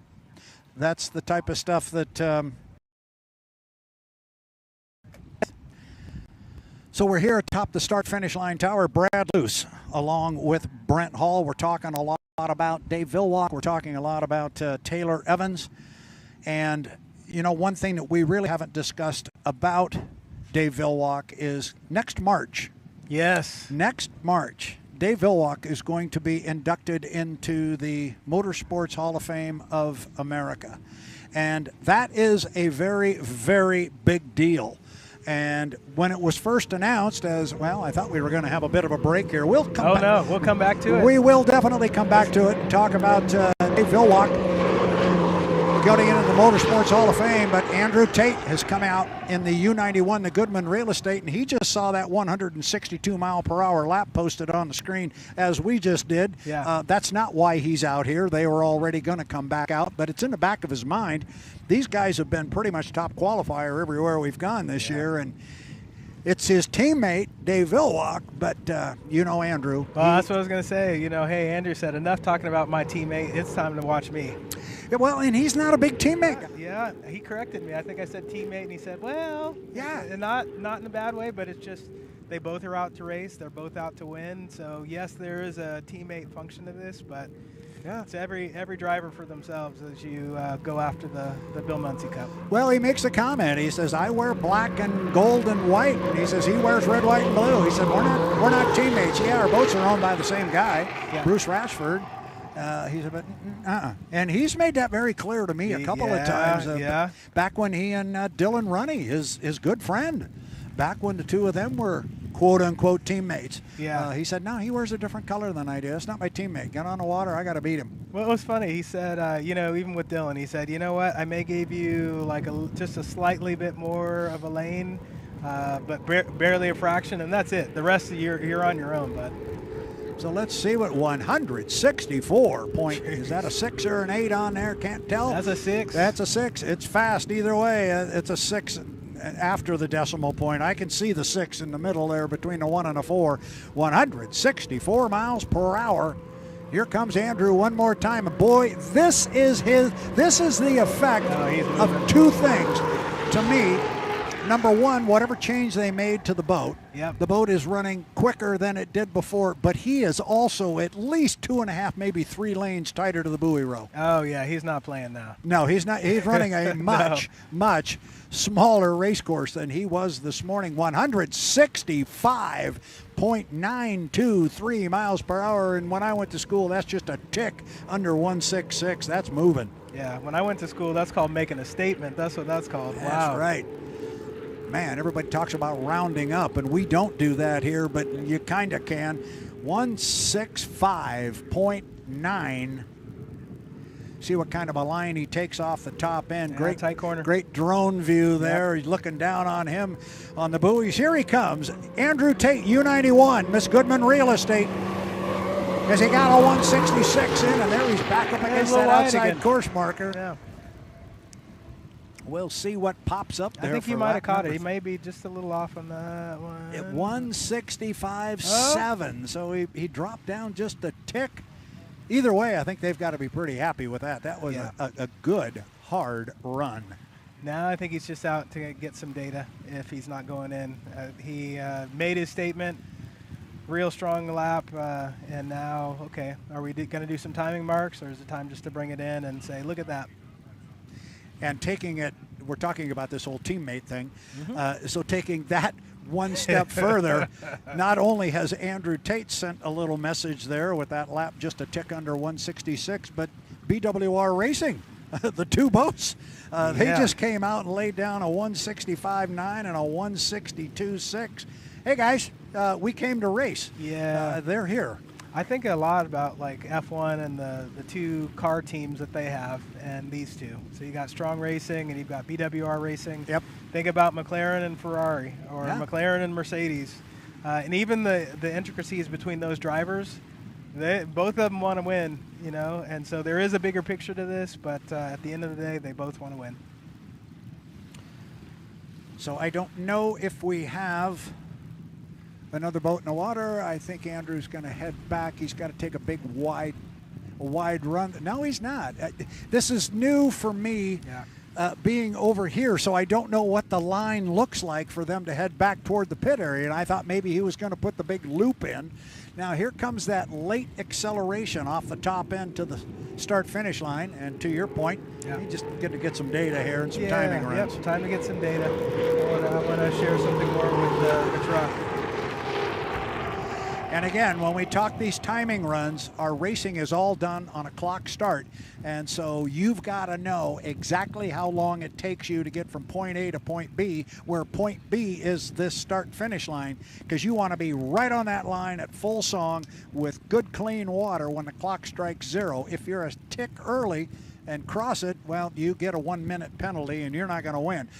Similarly, if you're 2 seconds late, everybody's going to beat you to the first turn, and your race could be over. So it's all about knowing how long it takes to get from a particular point on the race course to the start-finish line at a given speed. And you know all about that. I do. You've done timing marks. I sure have. Tell me how that works. You got crew members talking in your ears, and you're saying now, or they are? No.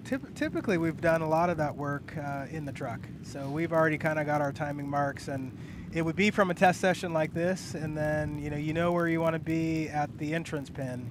And as Andrew starts creeping up to the exit pin, there's a timing mark for that. Then you also want to know where you're at when you're coming out and going on the exit pin.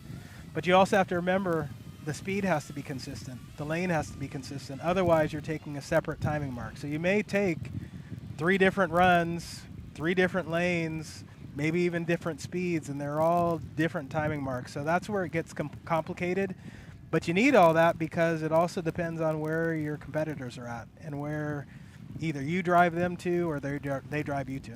So I'm assuming that's where your spotter becomes just critical. Gold. Your spotter becomes gold. That's your second set of eyes, and definitely as a driver you need to make the ultimate decision because safety is on the line, but you do rely on that extra set of eyes to tell you like what's coming. Hey, am I behind on my timing marks? Pick it up, Brent. All those things are happening. And the other piece to the puzzle, and you talked about it, you have a consistent speed, which may not be the speed you did your timing mark That's at, or the lane that you may be in, because when our boats come out on the race course to go for our heat racing and our final heat and the Bill Muncey Cup here, when they leave the dock, they don't know what lane they're going to be in. We fight for lanes. We fight for lanes, that's right. So yeah, and that's why, and Jamie talked a little bit about this, that he always has a plan A, B, and C. So he's ready for whatever move, and similar to other sports, you want to stay several steps ahead of your competition. I want to go back to what we were talking about before the two boats came out and put a little show on the water, and that was we were talking about Dave Villwock and his induction into the Motorsports Hall of Fame next March. It's going to take place down in Daytona Beach. Yeah.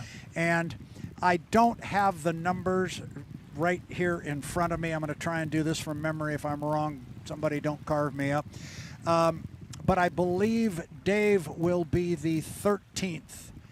Excuse me, he will be the 13th H1 Unlimited person to be inducted into the Motorsports Hall of Fame, and I believe he will be the 11th driver. Oh, that's impressive. But don't quote me on those numbers, but I know they're close or something like that. But the last time H1 Unlimited had a driver that was inducted into the Hall of Fame was 2005. So it's been over 20 years since we've had one. And the last driver inducted was a guy by the name of Danny Foster. And Danny Foster last drove in the 40s and into the early 50s. So it's been a long time since we have had a driver, and let alone a current day driver or a more recent driver inducted. This is a very big deal, and I've talked to Dave about it. And Dave, I asked him what it meant to him, and he says, you know what? And this is how Dave looks at things now. Yeah. It wasn't, I'm really proud of it, and, this and that and everything about him. He said, what this means is people are paying attention to our sport. That's right. And he said we're relevant. That's right. And I loved that answer. Yeah, not just about him. That's exactly right. And it kind of plays into Dave wanting to pay it back to other people. He's had his success. He's had his moments. And now he gets to pay it back. And he's paying it back to H1 Unlimited in part by this induction into the Motorsports Hall of Fame. That's a big deal. That's true. That's true. You know, the one weird thing, though, now that Dave is so nice, who's going to be our villain? And we need one. We do. I have always said we need that black hat. Yeah. Who is going to be our villain? We got a role for you. Okay. There we go. You know what? Acting skills go into play. But, yeah, no, it's Dave is such a competitor. And what an honor for him to be. It is. To be inducted into the Motorsports Hall of Fame. Really proud of that.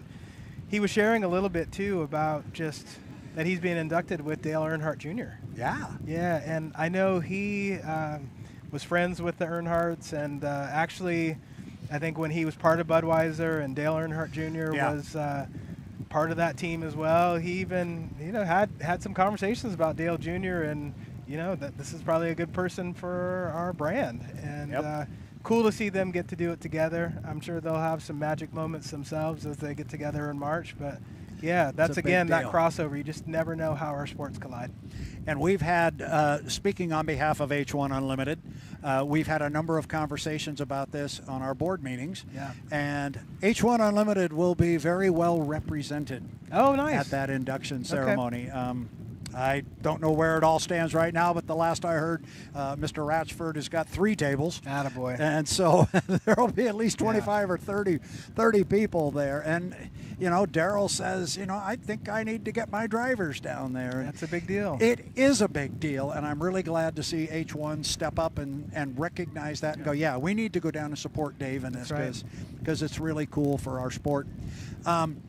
You were in Seattle with me when the whole Jimmy Johnson thing went down, and you were a part of that and right in the middle of it. But at one point there on Friday at the Seattle Seafair, we had 5 Hall of Fame, Motorsports Hall of Fame of America members, if you count Dave. He's not in yet. Yes. But counting Dave, we had 5 Hall of Fame inductees there. We did. Because you had Jimmy. Tom Deeth is in. Yes. Tom Deeth is in. He was in Seattle. Fran Muncey was there. Yep. Chip Hanauer was there. And Dave Villwock. So there's 5. Man. Yeah. Boy, just the magnitude of that event.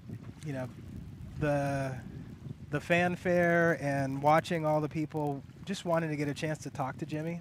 Yeah. It was spectacular. It really was. And what a great event put on by the Hydroplane and Raceboat Museum. It was nice to see Jimmy bring some of his NASCAR influence. Carvana, he had some big sponsors on, and I don't think that's the last you'll see of him. I was just going to say, he had some very telling words in one of the interviews that I saw with our Tanner Faust. Yep. And he said, no, I plan to. I think we'll see him again. I do too. And I don't think I do think it might have a helicopter turbine sound. Yeah, I think so too. And I think it'll be great. I do too. It was good publicity for the sport. Let's just be honest. That's what it was. Sure. But it was also a very memorable event for Jimmy himself, which took place right out here, right in front of us when the boat went down and he got out and as a 4-year-old and placed on the deck of the boat.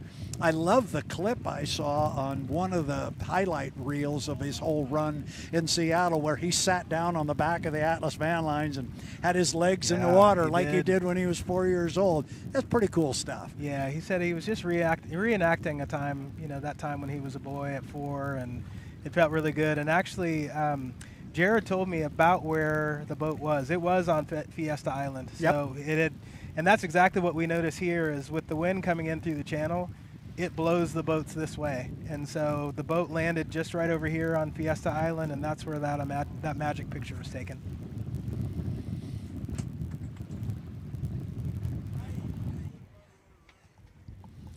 So it's quiet here on Mission Bay, at least for the moment. It is the 2025 San Diego Bayfair, powered by Samson Rope. Yes. I heard something about those ropes. Tell me something about those ropes. Yeah, I was amazed. So They're on Navy ships, and so, you know, you think about your pleasure boat and the size of rope that you use on those, maybe an inch in diameter, maybe not, maybe a half inch, but on those big Navy boats, anywhere 6 inches in diameter. That's how big those ropes are, and imagine how long they are too. Super strong, and it was just fun to learn more about Samson Rope and what they do. Yeah, and we keep saying their name, and we will, because we're so pleased to have them as part of the 2025 San Diego Bayfair.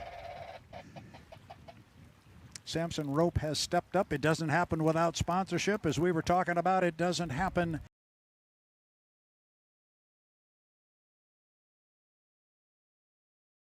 on, and is watching the boats on the water so far for the last 20 and so forth. What seems to be getting brighter blue all the time. We've got more sun coming, and it looks like it's just getting better and better, and the palm trees are showing up a little better against the blue sky on the horizon in front of us.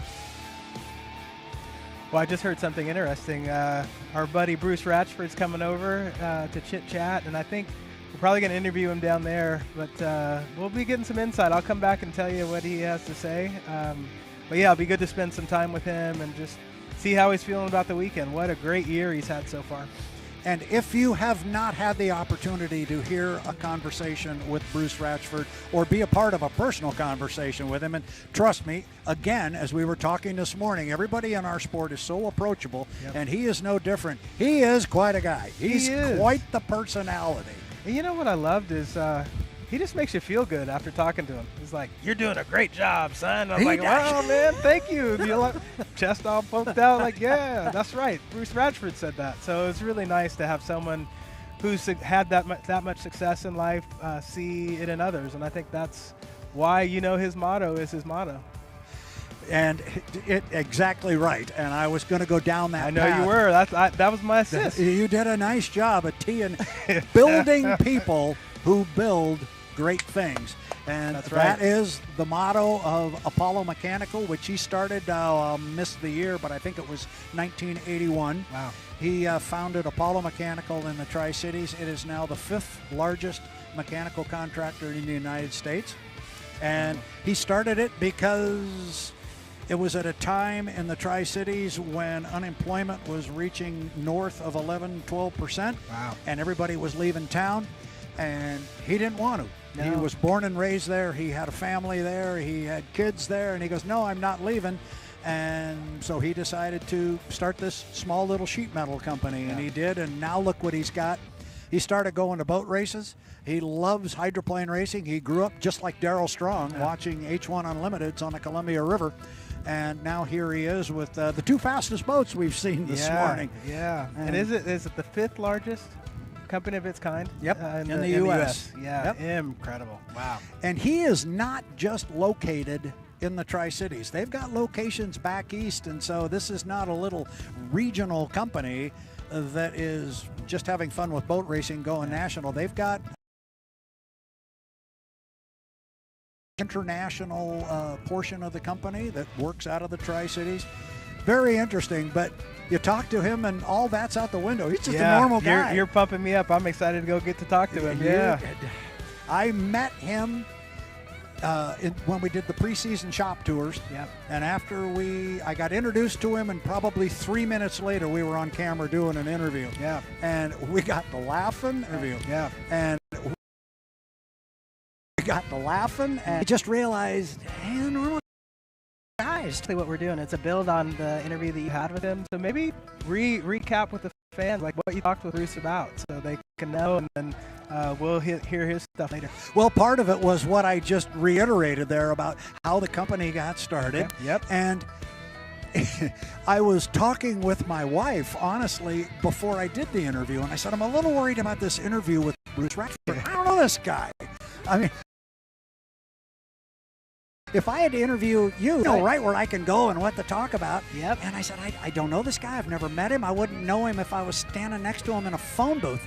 And she said, well, who is he? Who is this Bruce Ratchford? And I suddenly realized that's the first question. Yeah, and that's exactly how we started. I said, Bruce, nobody knows who is Bruce Ratchford. Right. And he gave me the story.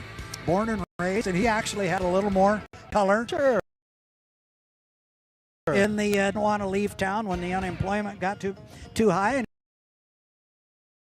he said, fish for food. Wow. And he said, I figured I could dig a hole in the ground and call it home. He says, we still live in the same house. And he said, I wasn't leaving. And it's his company. We talk about the slogan, building people who build great things. That's right. But his focus is on people. It really is. It is all on people. And you ask him about the slogan. I said, where did that come from? And he said, well, we took members of our company from every discipline, from custodial to shipping, receiving, from management and everything else. He said, we put them in a room and said, don't come out until you have a slogan. He said, they came out and presented it to us. And I said, you change it? And he goes, why would I? That's what they came up with. So a nice lead in there to Corey Peabody. It is. Not quite BWR racing. Would have been good if we'd have had Andrew Tate. That's okay. It's his competitor. So here is Corey, and again, he's not out there because the BWR boys went out and topped his speed, but he had a 1 fuel flow. So this is still just a test session, but it might make for a very interesting qualifying session coming up later on this afternoon. Yeah, it's shaping up.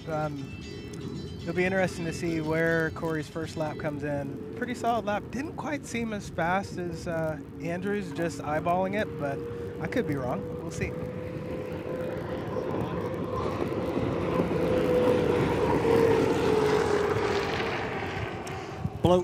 Boat is just glued to the water, but not solid on the water in that it's stuck to it. It's up on top of the water, but it's just staying very, very solid there. Yep. It's a good ride.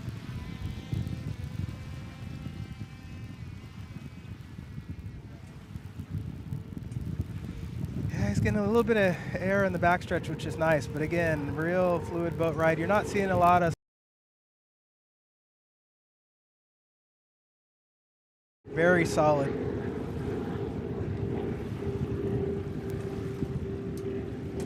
'25 San Diego Bayfair, powered by Samson, the strongest name in rope. Corey off the top end.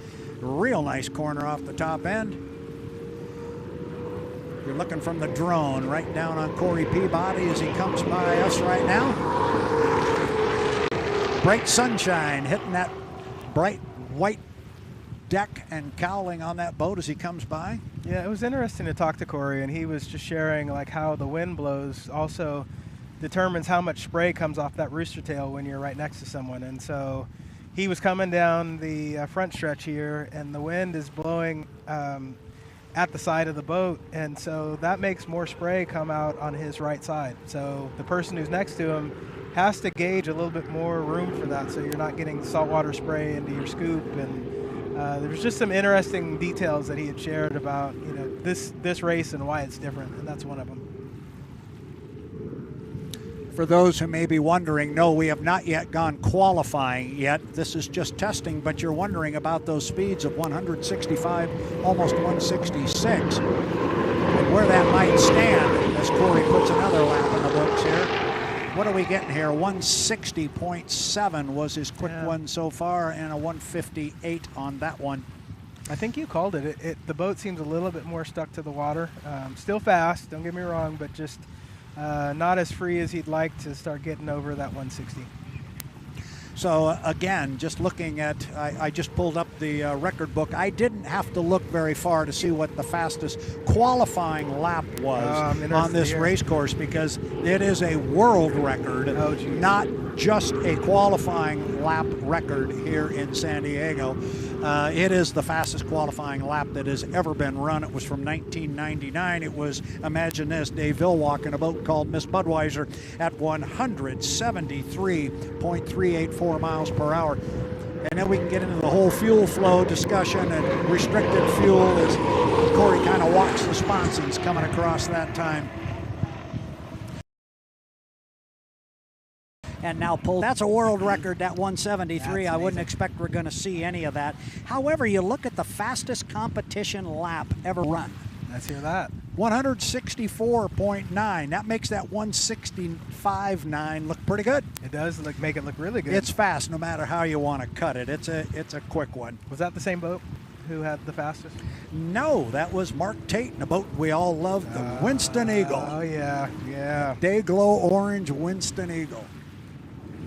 Yeah, we were looking at some old footage of Mark, and poor Andrew. We found some pictures of him when he was a kid, his little glasses and stuff. Look out, Andrew, those are coming. But yeah, his dad was such a hard charger. It was fun to watch him, and they did some behind-the-scenes interviews on the family, and that's where we got to see some footage of Grandma Tate cheering on in Detroit. Got to see a lot of different history there, and so not surprised to see that Mark Tate's has the fastest competition lap. Again, just another great racer, and you wonder where Andrew gets it from. I'd say he gets it from right there.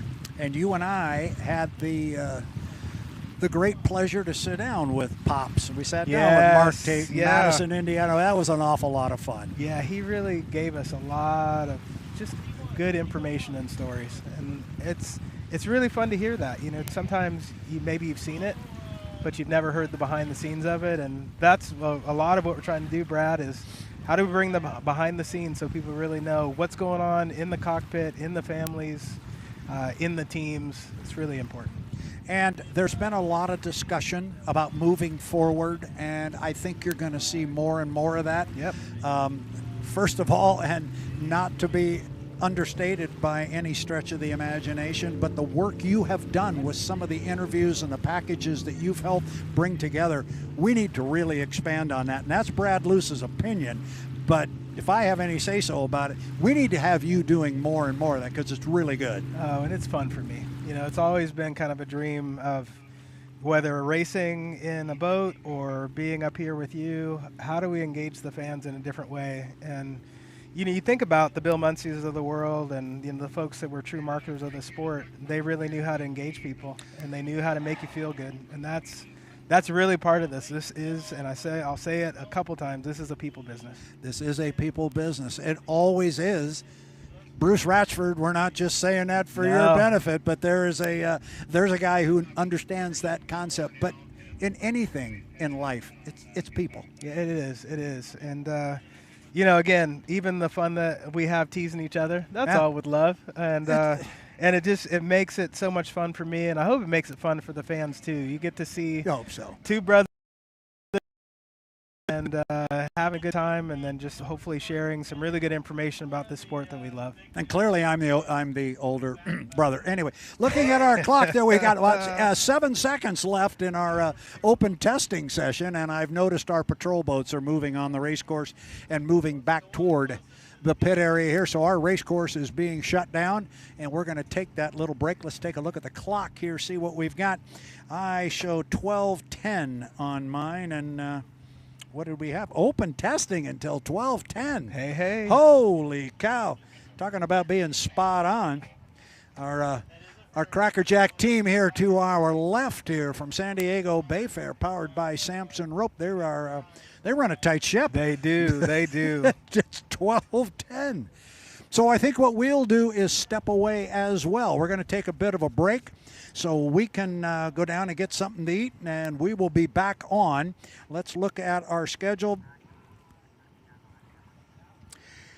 So we are going to come back at 12:50. We are ready to go with our next item on the schedule, and it's 1 liter racing. So we had our 1 liters out here. They had their test session. Now they're going to come out, and we're going to start our first heat of racing for the weekend for the 2025 San Diego Bayfair. It's powered by Samson Rope, the strongest name in rope.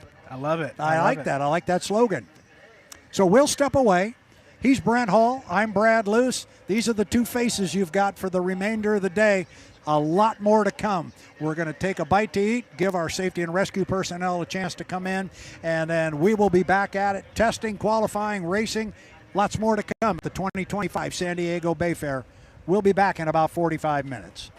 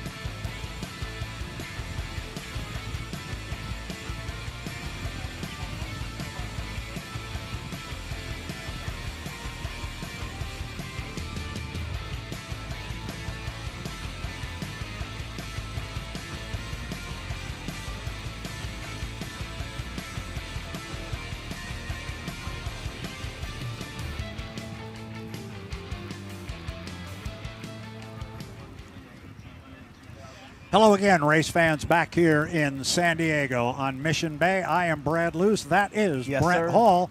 We said we would come back when we got some boats on the water. We did have our first heat of 1 liters on the water. Looked like Jeff Bernard was the winner in that one. But now it's time.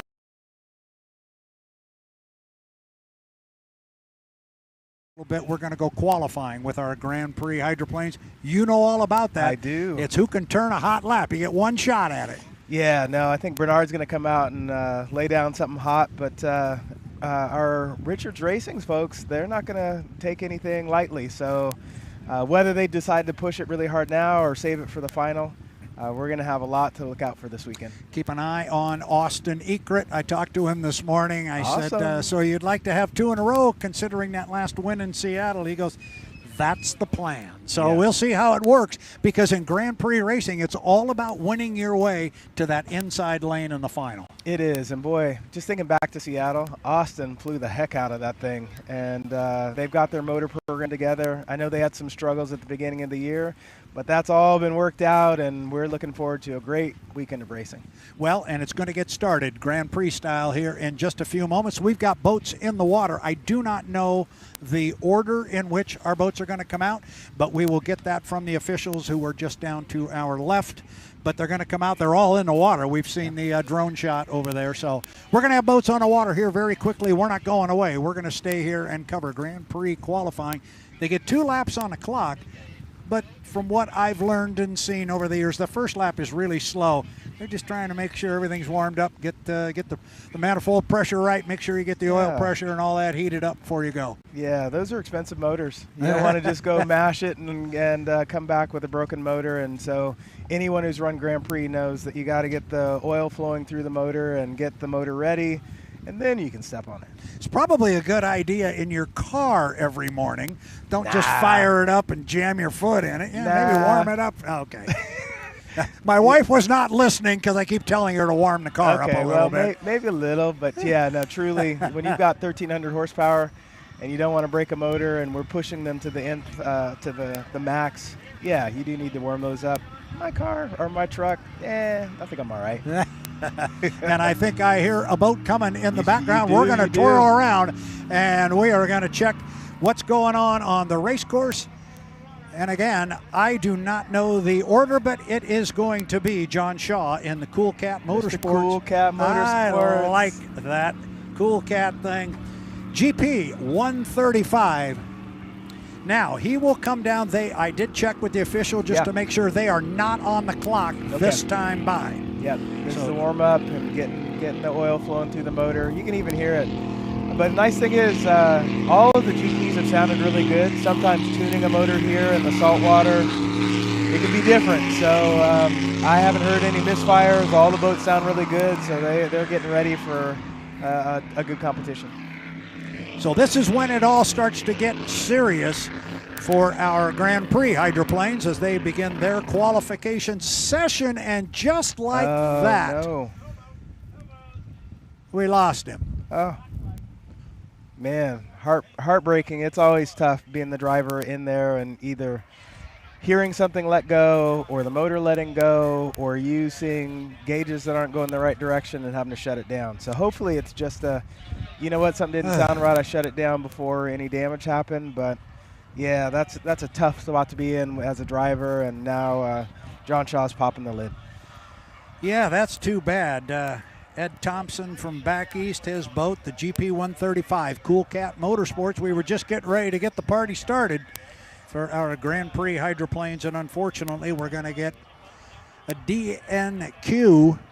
Did not qualify because they only get the one shot. Yeah, well, I'm going to talk just a minute about Cool Cat Motorsports and Ed Thompson and John Shaw. You know, they're really all about the fans, and I learned that from them. We've been communicating a bit on Facebook, and I noticed how much they're posting of their fan photos. Yep, they have lots of racing photos, but definitely the time they're spending with the fans is gold. And, you know, we saw that with the family that I brought. Yeah, we saw that come with them with the family in Seattle, and John Shaw, he's a great competitor, but also what he said was, you know, my game face doesn't come on until I shut the lid. And that means I'm going to be there for the fans. It's important to me. And then when I shut the lid, it's game time. But until then, I'm there for the fans. And so, we were just hearing as John is floating the rescue crews getting to him. We got some jet ski racing going on in the back. You can kind of see it in our camera here. Boy, what an interesting race course compared to what we see for hydroplane racing. They turn left, they turn right, doing some spins, but looks like a lot of fun. Well, there is just an awful lot going on here at Mission Bay. And then we've got the whole fan experience over there on Vacation Island with all the vendors and the food and souvenirs, celebration of this beautiful area here and this wonderful body of water. Yeah, it's an amazing time. And if one show stops, another one starts. And so, yeah, the jet skis, I haven't had a lot of time to spend watching those, but a lot of people ask us, a hydroplane, what does it feel like in there? And many fans have driven a jet ski before and go, wow, hydroplane's got to be an amazing experience. But I'll tell you, when you're strapped in a 6-point harness and you've got a capsule lit over you, it's a different sensation. But when you're out there on a jet ski at 60 miles an hour and the wind's in your face and your eyes are tearing up, that's another kind of adrenaline. So really, that's an amazing thing that you see going on there with the jet skis, just like the hydroplane racing is for us. We actually had jet skis racing as part of our program down at Lake Guntersville a few years ago. And I watched a little bit of it, and it was a lot of what the fans are seeing here, or what you're seeing there in the background of some of these pictures, the boat or the jet skis going everywhere. And I never understood this concept, and I'm not sure you can explain it to me because it sounds like you know almost as much as I know about this, which is not much. Pretty much zero. That's but all they right. had something called a joker buoy. Oh, no. And I don't know what that was, but it was like there was a buoy out there, and every once in a while it would come into play, and you'd have to go around it. Oh, but wow. not every time. Okay. Maybe a new rule for the off-season. Joker buoy. Yeah, that's all we need is another buoy we just throw in. Yeah, that's the truth. I mean, when you're a driver out here and there's a GP course and the unlimited course, all you see is a sea of buoys and a lot of flashing at you. So you're just trying to find your bearings. And actually, I know we were talking about the warm-up lap being a chance to warm up the motor, but also as a driver, you're going through and counting the buoys and making sure you understand your reference points on the course. So a lot of times, that's another reason why you don't just go mash the gas, because you're taking in data, trying to understand how far you are between the different buoys, and every course gets set up just slightly different. So as a driver, it's your job to go out and see where it is. I'm going to shift gears on you a little bit because when we stepped away last time and went off the tower, I noticed you went down in front of us there, and you were on the mic there talking to Mr. Bruce Ratchford of BWR Racing. Yeah. That is an experience. Tell me how that went. What did you learn from Big Bruce? Well, just like he made you feel, he makes you feel extremely special. And he's an easy interview. When I had a few questions for him, wanted to know about his vision for the sport. Definitely wanted to know more about how, you got two really large two-boat teams that are going at it and how they make you better. So he talked about, you got to have a competitor like Strong Racing, like U11 Racing, any of the teams to make you better. And they've really responded this year. You think about what a great year that BWR Racing has had. He said, you know what, you can't win every time, but definitely that's what he'd like. At the same time, Strong is kind of digging in and figuring out what they can do to go faster, and every team is. Yeah, I talked to him after you got the interview done with him. We were back here behind the tower, and we were just gabbing, and I asked him, I said, I overheard you talking to Brent that you've never been to the San Diego race before, so he was talking about that, and he goes, he said, we've had a great season. Oh, yeah. So we had a great season. We won the 3 races. He goes, but I really want to win this one. Oh, okay, yeah. So a competitor, and he is, I think, he and Darrell, what they are trying to do for the sport with Hydrotown. Yep. It's different. It's a different approach, but you can't argue with, we all know if you do the same thing over and over again and expect definition of insanity. That's it. Yeah. And, trying to get different results out of doing the same thing, it's not going to happen. Try something different. It may not work. Yeah. but you've got to try. Yeah. It's just like putting your boat in the water. You got to try that propeller, see if it's any good. That's right. Sometimes it's not. Sometimes, whoa, that was great, you know. But one of the other things we talked about, too, was just, you know, comparing to F1. You've got some amazing teams like McLaren, Mercedes, Ferrari. You've got BWR. You've got Strong Racing. You've got the 11. You've got just there's a lot of focus on the team and being great. And so we'll just see. I think everyone's trying to build and be better. I could tell when the drivers came yesterday, there was a tense look on their faces just because they want to come win. Every one of them was fired up and ready to go. Corey had just driven the truck, so I think he had a list of 10 million things going, and it was all going on in his head. But, you know, he comes here to race and race hard. I talked to Dave Villwock yesterday, and he made a comment that Bernio, he says, if you don't want to win, why do you race? Yeah, why are you here? Why are you here? That's so right. Talking about why are you here, and here comes one you know well. Yeah, the here Hops. comes GP15, Happy-Go-Lucky Racing. It is Greg Hopp, the old trapper, beef jerky, and we've already talked about it. You know this team. You know this boat. Yeah. And if there was a theme of music going on while they're there, it'd be something from AC/DC. That team rocks. They're all about it.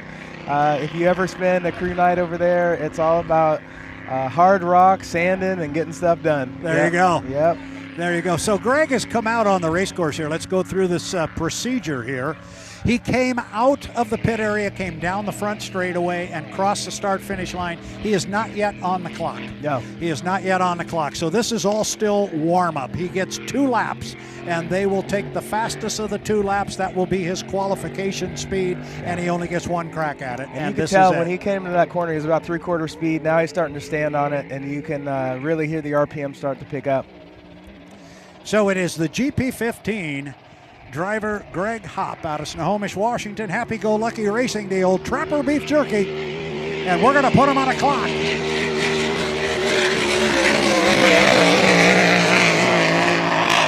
Yeah, it was interesting. I was just watching his front canard to see how much canard he was putting into it. Not much. He's really trying to fly it, get as much out of the boat as he can. And, yeah, this will be a solid lap.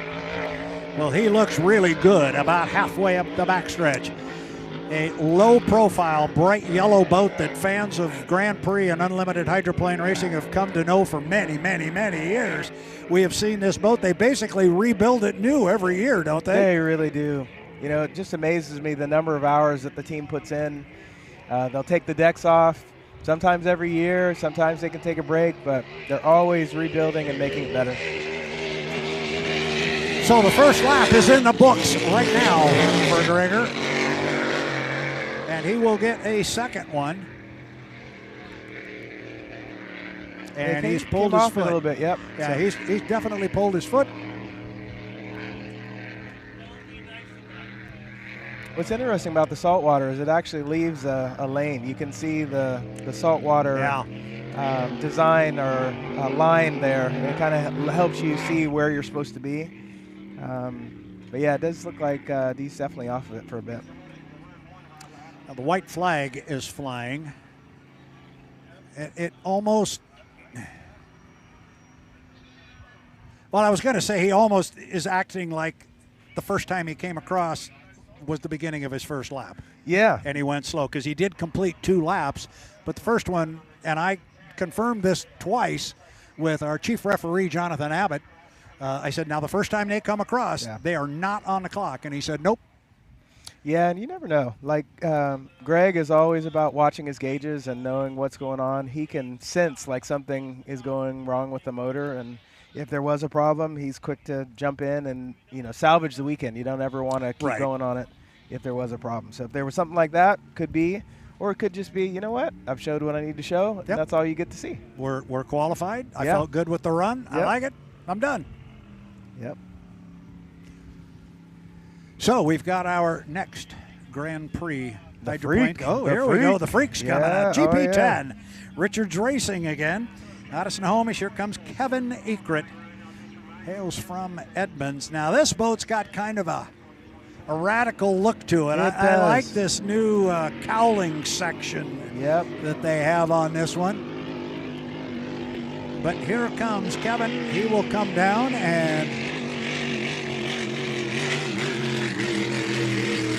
I'm going to watch the flags here because now they've got a green flag up. Okay, yeah. And I have not yet got a speed on Greg Hopp. We will get that as soon as we can and pass that along. Yeah. Because that's important for our Grand Prix hydroplanes.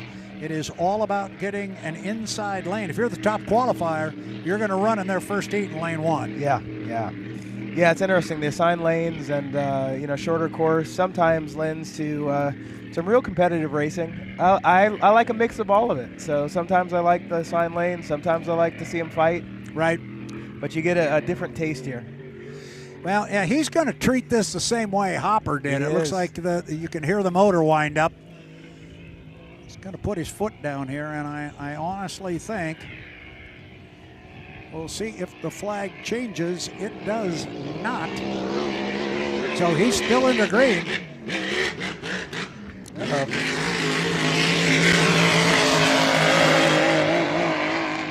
So it looked like the boat got a little out of attitude there just as he got started, and he pulled his foot a little bit. He did, yeah. It started sponson walking and got up in his face for a minute. Seemed like he backed off just for a second. I think that was the reason, but right now it sounds like it's not consistent. The throttle delivery is not consistent. Yeah, he's having a rough go of it. Maybe it might even be like a fuel issue, but hopefully he can kind of clear it out here, and we'll see if it sounds a little better as it comes by. No, we're still getting a little miss. Come on, Kevin. Here he comes. Kevin Ekert going to come down to put his first lap in the books. Green flag still flies. And he's going to do the same thing Greg did.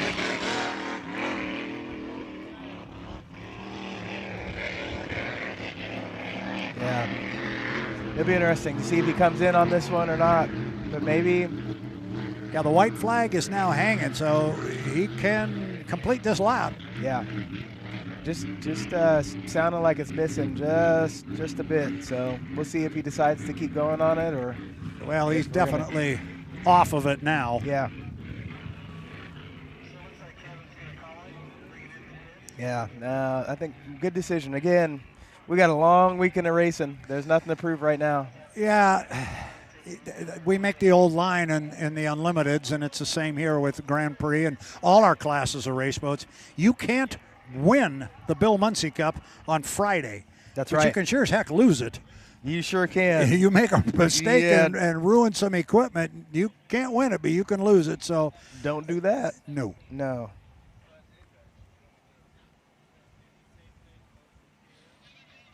So we've had 2 boats run. They have run their qualification attempts. We've had 3 boats on the water. Unfortunately, John Shaw in the GP 135 Cool Cat Motorsports didn't really even get on the clock. They were on their first lap, warming up, coming off the lower end of the race course, and something let go in the motor. The boat dropped down, and the boat is, I don't see it, but I'm sure it's getting towed back somewhere up the backstretch. As we've got our next boat coming out, it is the GP17 from Richards Racing. Again, Brian Richards out of Snohomish. Here comes Austin Ekert. Our guy, Austin Ekert. Yeah, he's really stepping into his own. I think this is going to be a breakout year for him, and being a part of Richards Racing, he's got a great boat ride under him, and they're getting the motor issues worked out. So might see a really strong lap here from him. So he comes across start-finish line in that really good-looking color scheme on that. That's really a pretty boat, the blue and the white.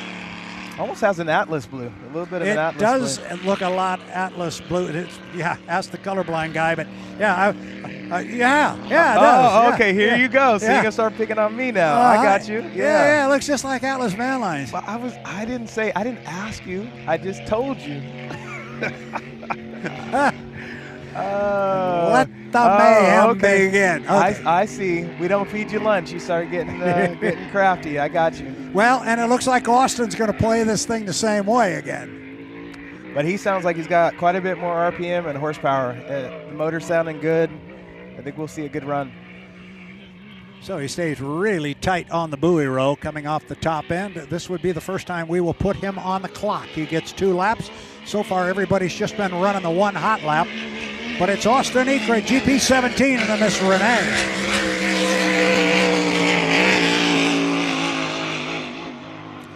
Really like his line through the corner.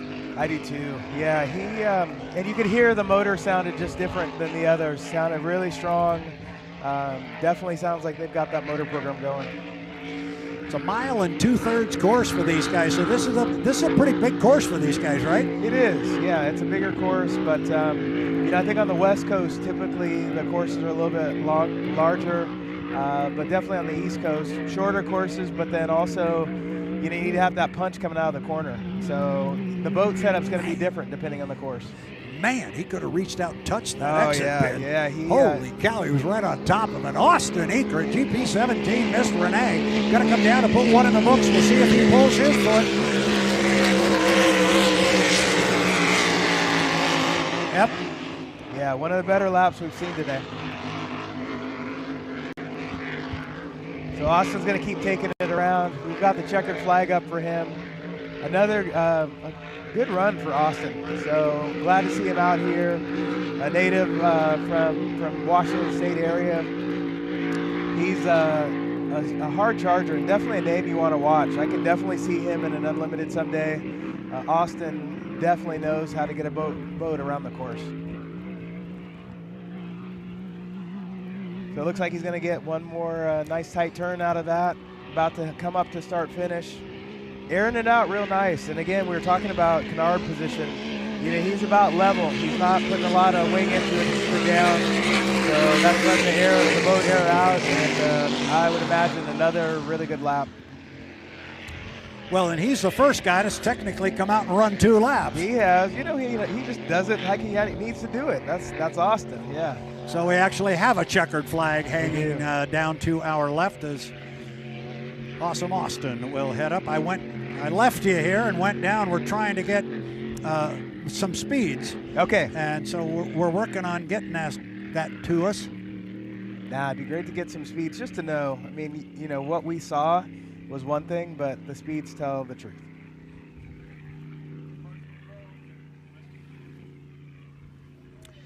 Again, it is the 2025 San Diego Bayfair powered by Samson Rope. Samson, the strongest name in rope. I like that. We've been talking about slogans all day. Yeah, that's a good one. And I mentioned the slogan. Yeah. I mentioned the slogan down there when we took the break and walked away with a new T-shirt. Well done. Well done. I made a comment that I really liked the Ratchford U27. Yes. Ryan Ratchford shirt. I said, it's really a nice shirt. I like that. Had the boat on the back and the slogan, building people who build great things. He said, what size? I said, an XL, and he came over and threw me one. Asking you shall receive, right? That's how it works. Okay. So we do have speeds for 3 of the boats. Okay. And not exactly how we saw it. Okay. So Greg Hopp in the GP15, 125, 918. So 125 mile an hour for the GP15. The next one is GP10, and that one came in at 121.139. So again, solid. Those two are pretty tight. And then the GP17, which is the one I actually thought was faster. So my eye was wrong on this one. It was at a 116.845. So those are the speeds we have so far, and we'll continue to grab those as we go. Well, and we're just about done here because this is our 5th boat, the GP79. Yeah. And unfortunately, our GP135 is not going to have a speed for us. Yeah. Well, hopefully we get them back to the trailer like they are and just figure out what's going on. Definitely want to see them continue to run this weekend. Yeah, and just to make the point, it is qualifying. Yeah.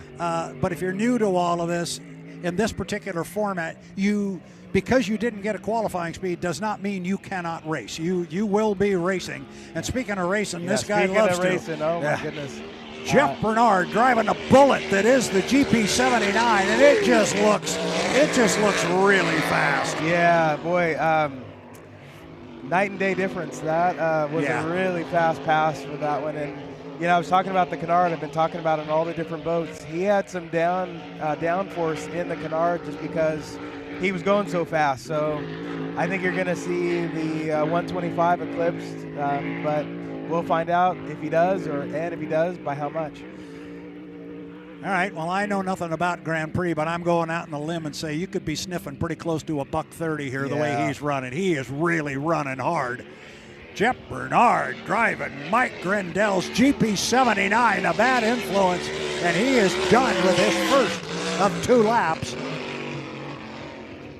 Yeah, and while we're at it, and I know we may say this later in the weekend, but just want to give a nice tribute to Mike Grendel. You know, he's been a great owner and a GP owner and has owned other classes before too, and I know at the end of this year, this boat transfers hands over to the Cool Cat Motorsports and the GP 135, but Mike is quite the competitor, quite the character, and definitely it's been fun working with him. Well, and he has done so much for Grand Prix racing. He really has. Across the country, he's supported it by taking his team there, but he's been involved in the management of the sport. He's been involved in chasing sponsorships, helping race sites. Mike Grendel will be missed at the Grand Prix level. He'll be missed in all of hydroplane racing. I don't know how far he's going. Yeah. This is one of those things where let's hope not that far at all. Yeah, like this much. Let's hope that door stays open a little bit. So we will work here to see if we can get a speed on the GP79. I got a speed. Fast.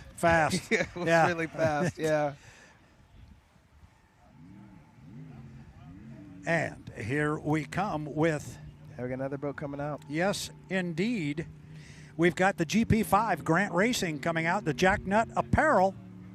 Hey, I gotta say, Chris Grant. Chris looked really good at Seafair, and I know this is a boat that's more competitive for him, and I remember him having a second in that first heat out. So yeah, definitely glad to see Chris. He's been around boat racing a long time, has been focused on Grand Prix, and even has thought about Unlimited. So he's one that's up and coming, and definitely glad to see this boat under him. It's a solid boat. Is it safe to say this is kind of a wild paint color scheme here? I'd say that's a pretty paint color. Yeah, it's nice. And, you know, he's had some really good sponsors over the years, and it's just nice to see Chris out here doing his thing. Running out of the sponsorship of Jack Nut Apparel. That's what I was thinking it was. Yeah, Jack Nut Apparel. Jack Nut Apparel. Definitely like the color scheme that they've thrown on it this year. So he is on his warm-up lap, and then we'll come down and put him on the clock. Yeah. I know his dad, Dave Grant's got to be proud too. They're, you know, they work together, and they've, you know, worked hard in boat racing to try and get something on the water. And it's nice, again, like to see something look like this and run and sound the way this one sounds. I think they've got a good program coming together. Yeah, I think so too. And I like you, I think everybody was delightfully surprised and impressed with how well they ran at Seafair.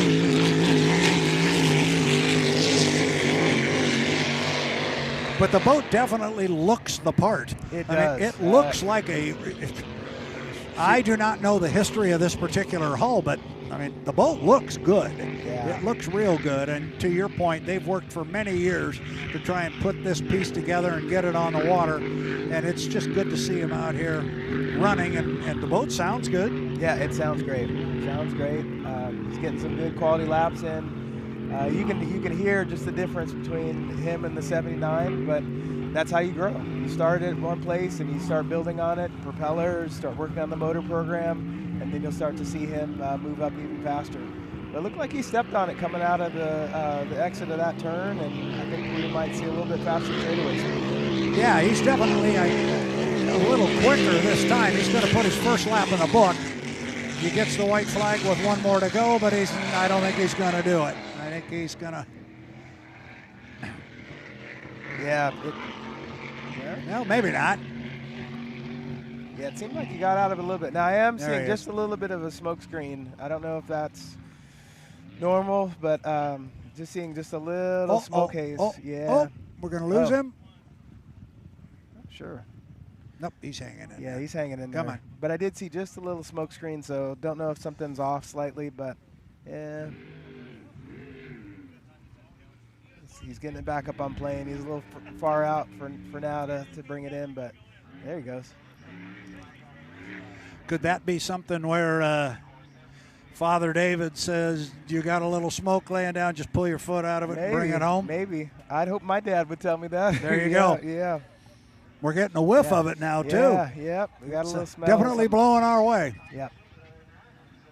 Well, hopefully nothing's hurt, but yeah, it looked like a fairly solid run until the end there. So it would appear to me we've got our 6 Grand Prix boats down there. 5 of them put times on the clock. Unfortunately, the GP 135 Cool Cat Motorsports John Shaw did not, but they will be able to race. So we had 5 successful qualifying runs. We've got 3 speeds, the quickest of which the GP 15. Yeah. Greg the Hopper in Happy Go Lucky Racing, Old Trapper Beef Jerky with a 125.918 miles per hour. You got. Yeah, I got some. Oh, shoot. You ready? I'm ready. Hit me. Okay. So I'll start with the GP5, Chris Grant, 109.150. But the oh, shoot was about our GP79. He laid down a super fast lap at a 138.985. So very, very solid lap. We'll have to check in. 138. Yeah, that's getting up there like with an unlimited qualifying time. That's fast. That is really fast. I mean, a slower unlimited, obviously, but yeah. And I was sitting there going, you're going to tell me it's super fast. So maybe I was right. He was going to get over the 130 mark. He got so far over the 130 mark that I missed it really bad, so that doesn't count. No. I don't get credit for saying I think we're sniffing 130. He was sniffing, but it was 140. Yeah, he sniffed it a lot. Yeah, he sniffed it a lot. Yeah. 138.985 miles per hour. Very good. So let's look at our schedule. That was Grand Prix qualifying, which was scheduled to go from 115 to 140. I've got 144 on my clock. H1 Unlimited qualifying is slated to go at 145. So we are on deck for H1 Unlimited qualifying now. We do have the qualifying ladder for the Bill Muncey Cup here. Our first boat on the water will be the U11. That will be the Miss FLAV-R-PAC, Jamie Nilsen. He will come out. Jamie's got 3,277 points. He is 798 points behind the leader. Next up on the qualifying ladder will be the U27. That is the Miss Apollo with Dave Villwock. They come into this event with 3,354 points, 721 points behind our leader. Next is the U9, the Beacon Plumbing. That is Corey Peabody. He comes into this event with 3,639 points, 436 behind the leader. Next up on the qualifying ladder will be J. Michael Kelly. The U8, the Beacon Electric, they come in with 3,651 points, trailing our leader, who is Andrew Tate, by 424 points. And then we'll round out our qualifying ladder with our national high points leader, the U91 Goodman Real Estate, Andrew Tate. Young man out of Canton, Michigan, comes in with 4,075 points. Unlike the Grand Prix, they'll have 2 shots at qualifying. They will come out here. They have to put 3 laps in the books. Yep. 3 laps north of 130 miles per hour. Then they will take the fast lap. That will be their qualifying speed. And then if they would like to come out again, they have the opportunity to run a second time and maybe better that. And there are 100 points laying on the table. See them right there? I do. There's 100 points laying right there. Looks like 100 points. There it is. Okay. So there you go. So that's what's going to come up next. We're going to start with the U11, the Miss FLAV-R-PAC. They will be coming out, and we're not quite ready to go there because I see the FLAV-R-PAC now on the monitor. One of the monitors here, they are coming off the trailer and headed toward the creek.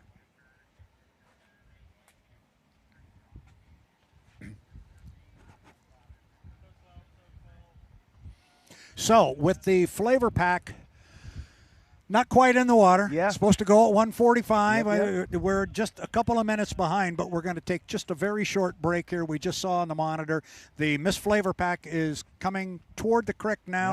Yeah. It just got lifted off the trailer. So we're going to step away and take just a couple of moments away from the camera. I'm Brad Luce. This is Brent Hall. It's the 2025 San Diego Bayfair, brought to you by Samson Rope, the strongest name in rope. We'll be right back.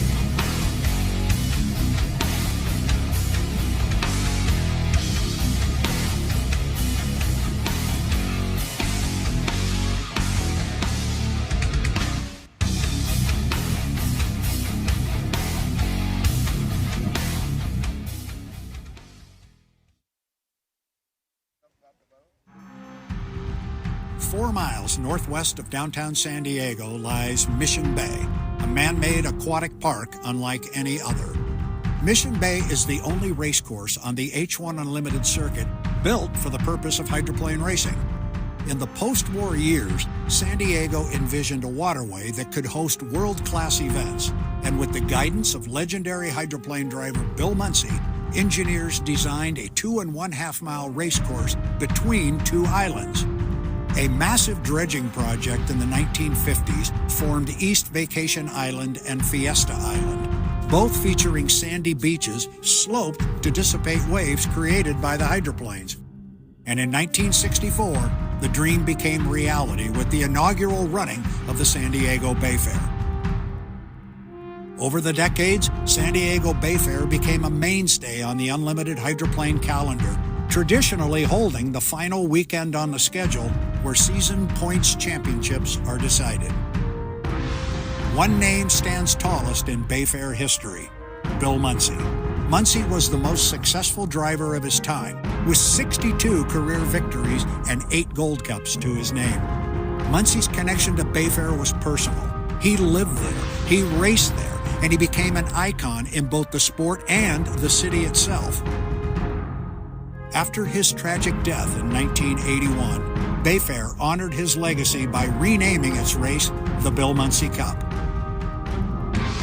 And now, every September, the world's fastest race boats return to the Bill Muncey Memorial Racecourse on Mission Bay to chase victory and to pay tribute to a legend.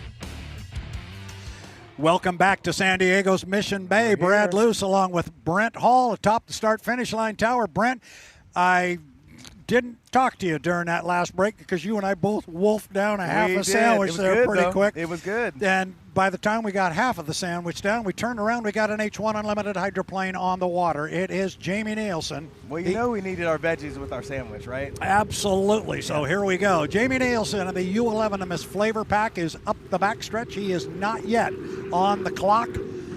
He will come off the top end of the race course, and then he needs to turn 3 laps in excess of 130 miles per hour to have a successful qualifying attempt. Only one of those laps will count for his qualifying speed, but he does have to turn all 3.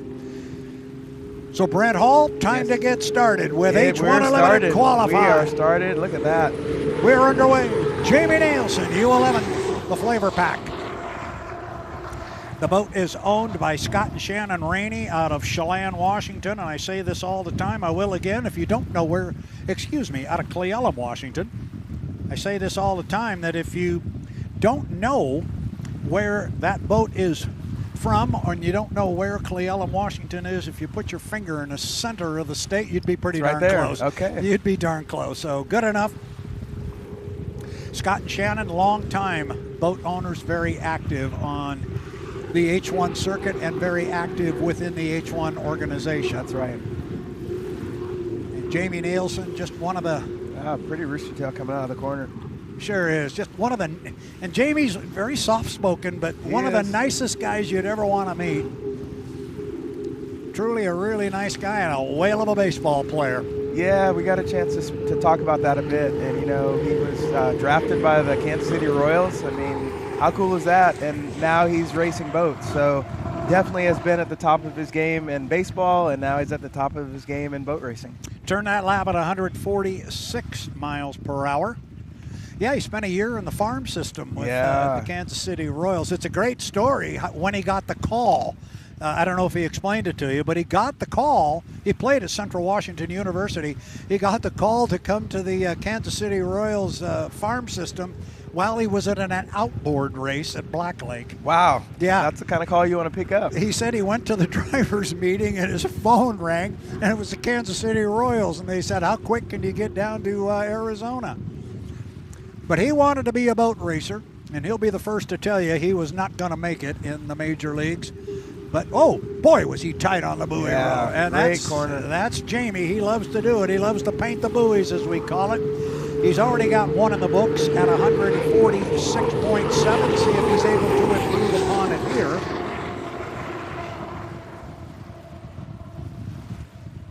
Just a nice Friday afternoon stroll here on Mission Bay. Put the speed up as soon as we get it. Looks like it's another 146. Or is that it's a 148.004. Yeah. You know, and I love it when these boats just start building on top of lap after lap. They start building up their speeds, and you can tell Jamie's getting in it, and he continues to take each corner a little bit tighter. And you know, I want to continue to see him build. It'd be great to put a 1.5 on that. Yeah, that's my old line. You know, he's sniffing that 150 mark right now. That's right. Now, you said maybe he'd tighten up the corner. I don't know how he can do that. No, I said he has been. He has been doing an amazing job. He has, because that last one, it looked like another coat of paint, and he'd have been rubbing. Something else. But here comes the completion of our first successful qualifying attempt. Jamie Nilsen in the FLAV-R-PAC. 3 up and 3 down, all of them easily going to be north of the 130 mile per hour mark. Yeah, what do you got there? Well, I got a 148.233, so, you know, another solid lap.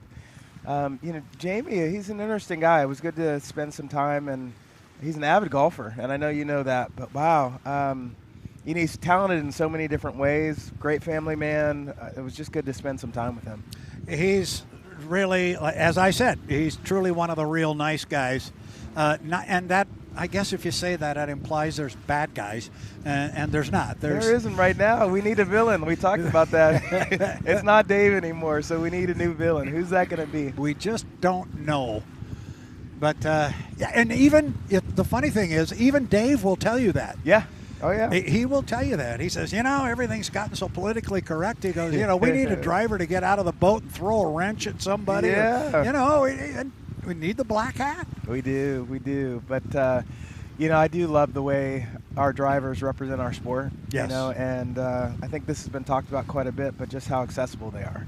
If you walk in the pits and you want to talk to a driver, you can. And you can. I did have the experience of going to Indy and, you know, Indy 500. You can't get access to the drivers, the top of the game, like you can here. And so those are the things that are great about our sport, and we want to continue to build that.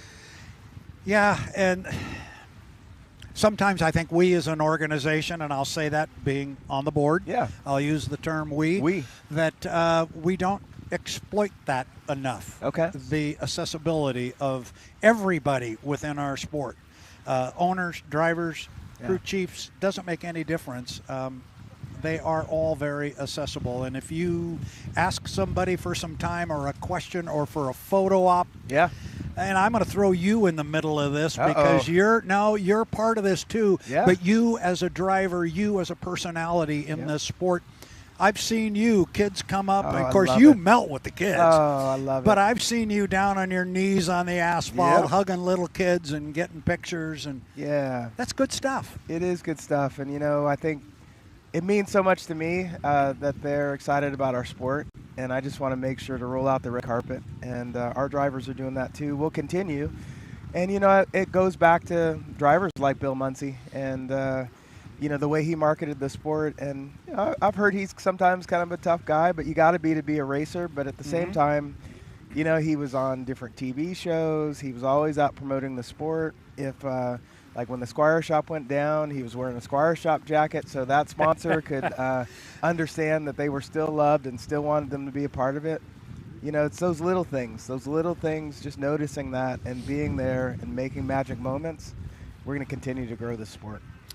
We are indeed, and if Bill Muncey was still with us, he would be here this weekend. He would be. And he'd be coming up here going, how can I help? And we'd have a headset on him. And he'd have a Facebook page, and we'd be talking to him. We'd be talking trash back and forth. So, just, when you have a personality like that, you want to be able to just embrace it. And, it's been cool to hear some of the stories about him. And, this obviously is the Bill Muncey Cup. So, he's just an icon of our sport, and we just want to continue to honor him.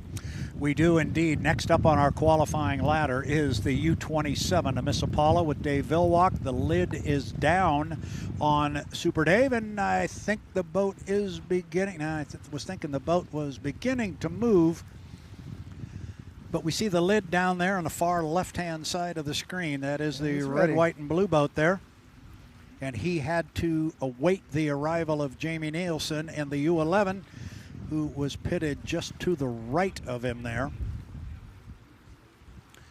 So there is an interesting view there, looking up the water toward the Ingram Street Bridge. Is that what that is? Yeah, I think that's correct. I think I'm catching on here. Hey, how about that? Acting like you from here. Like I know what I'm doing.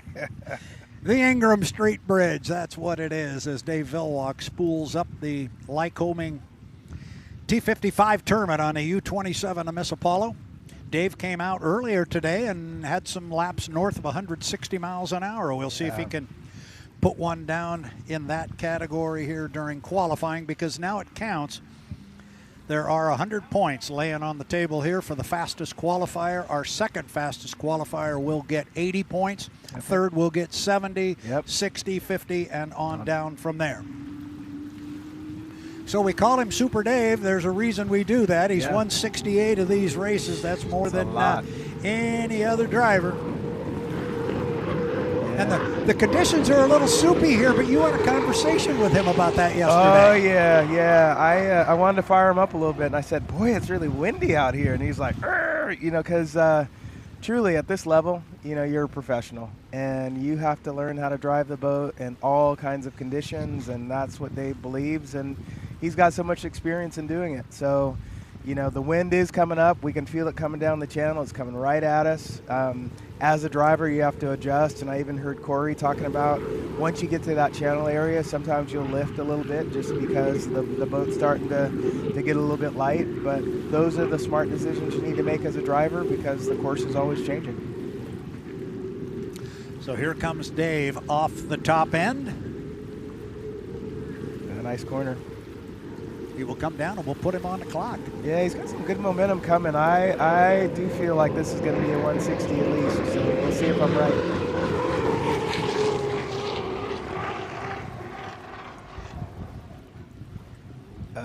No, nothing yet. All right. Well, we'll keep watching Dave go around. Again, good-looking boat ride. And like I said, the wind is picking up a bit, but he knows how to handle it. He's been through this so many times before. And he's been through it so many times on this race course. On this race course, yeah. So he knows this one. Yes, he does. But you really get a feel for the speed up here when you watch him against the backdrop of the other side of the bay here. Man, he's going by those things fast. He really is, yeah. And he's another, actually every driver had said they've never been over to Fiesta Island. And this is a magical place and a magical place to watch. I thought the other side was, but this is better. So Dave got his first one in the books. We'll see what kind of a speed we get for him here. Hey, Swanson walking it a little bit there. He definitely started picking up and caught some air at the end, but he settled it right down. Yeah, I was a little off. What's he got? Yeah, he's got a 159.546, and so maybe again the wind conditions are affecting the boat ride a little bit, but still a very solid lap. Yeah, I think that's a good lap, and as you and I were talking earlier, typically subsequent laps are quicker. I think 160 is definitely in the future here. Yeah, come on, Dave, don't make a liar out of me. Let's get this. Yeah. He's up at what we call the SeaWorld turn at the top end of the race course. Drags it out to about lane 2. That one a little wider, so. And he will come down. I gotta ask you a question the next time you get up at the top end of the race course, and it's this whole colorblind thing. Yeah, please. You keep an eye on the speed there. Yeah. So, it did drop a little bit, and we noticed him come out a little bit wider. It's a 158.061. So 158. Dave comes off the corner. It looks to me when the boat comes off, and I shudder to say this, it looks like has he got a different wing on the front of this thing, a different canard wing? Yeah, it looks like there's. I'll have to look at it again, but it looked like. I thought I was seeing gold across the front. I do think you were seeing gold, and I'm not sure why. Well, I'm just wondered if they didn't change a canard and grab one off the 91. That would make sense. Take a look at it when the sun hits it I'll here. look at it again, and I know the fans have probably already seen it. It's like, yeah, that's right. But see, it looks like right there. I saw a little flash of gold, but I'm looking real close. So here he comes, but he puts 3 in the books. So a successful run for Dave Villwock in the U-27. Yeah, it's hard to tell. I'll keep an eye on it. If I see that pop and I know for sure, I'll let you know. But, it definitely could be a Goodman. Looked like he pulled his foot a little bit on that one. And I think still solid laps. Ended the last one with a 154.171. All those are, again, he could just be getting some data too. Don't need to push that hard. Anything over, in the 150s is a solid lap. So, yeah. And again, good stuff. You're not going to win the Bill Muncey Cup on Friday. You're going to lose it. You're not. No.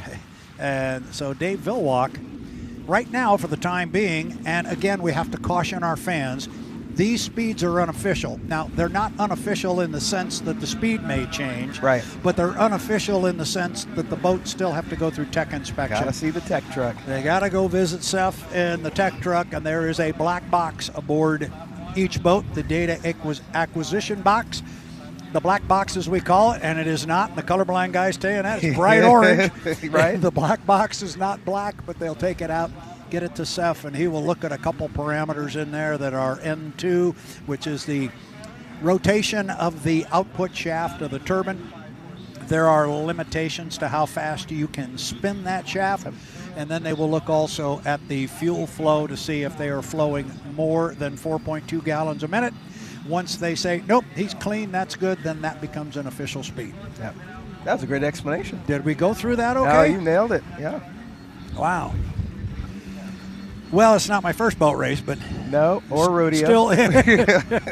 So, we have had 2 boats come out on our H1 ladder, the U11, a Miss FLAV-R-PAC, and Jamie Nilsen. They had a successful qualifying run, as has now Dave Villwock in the U27 Miss Apollo.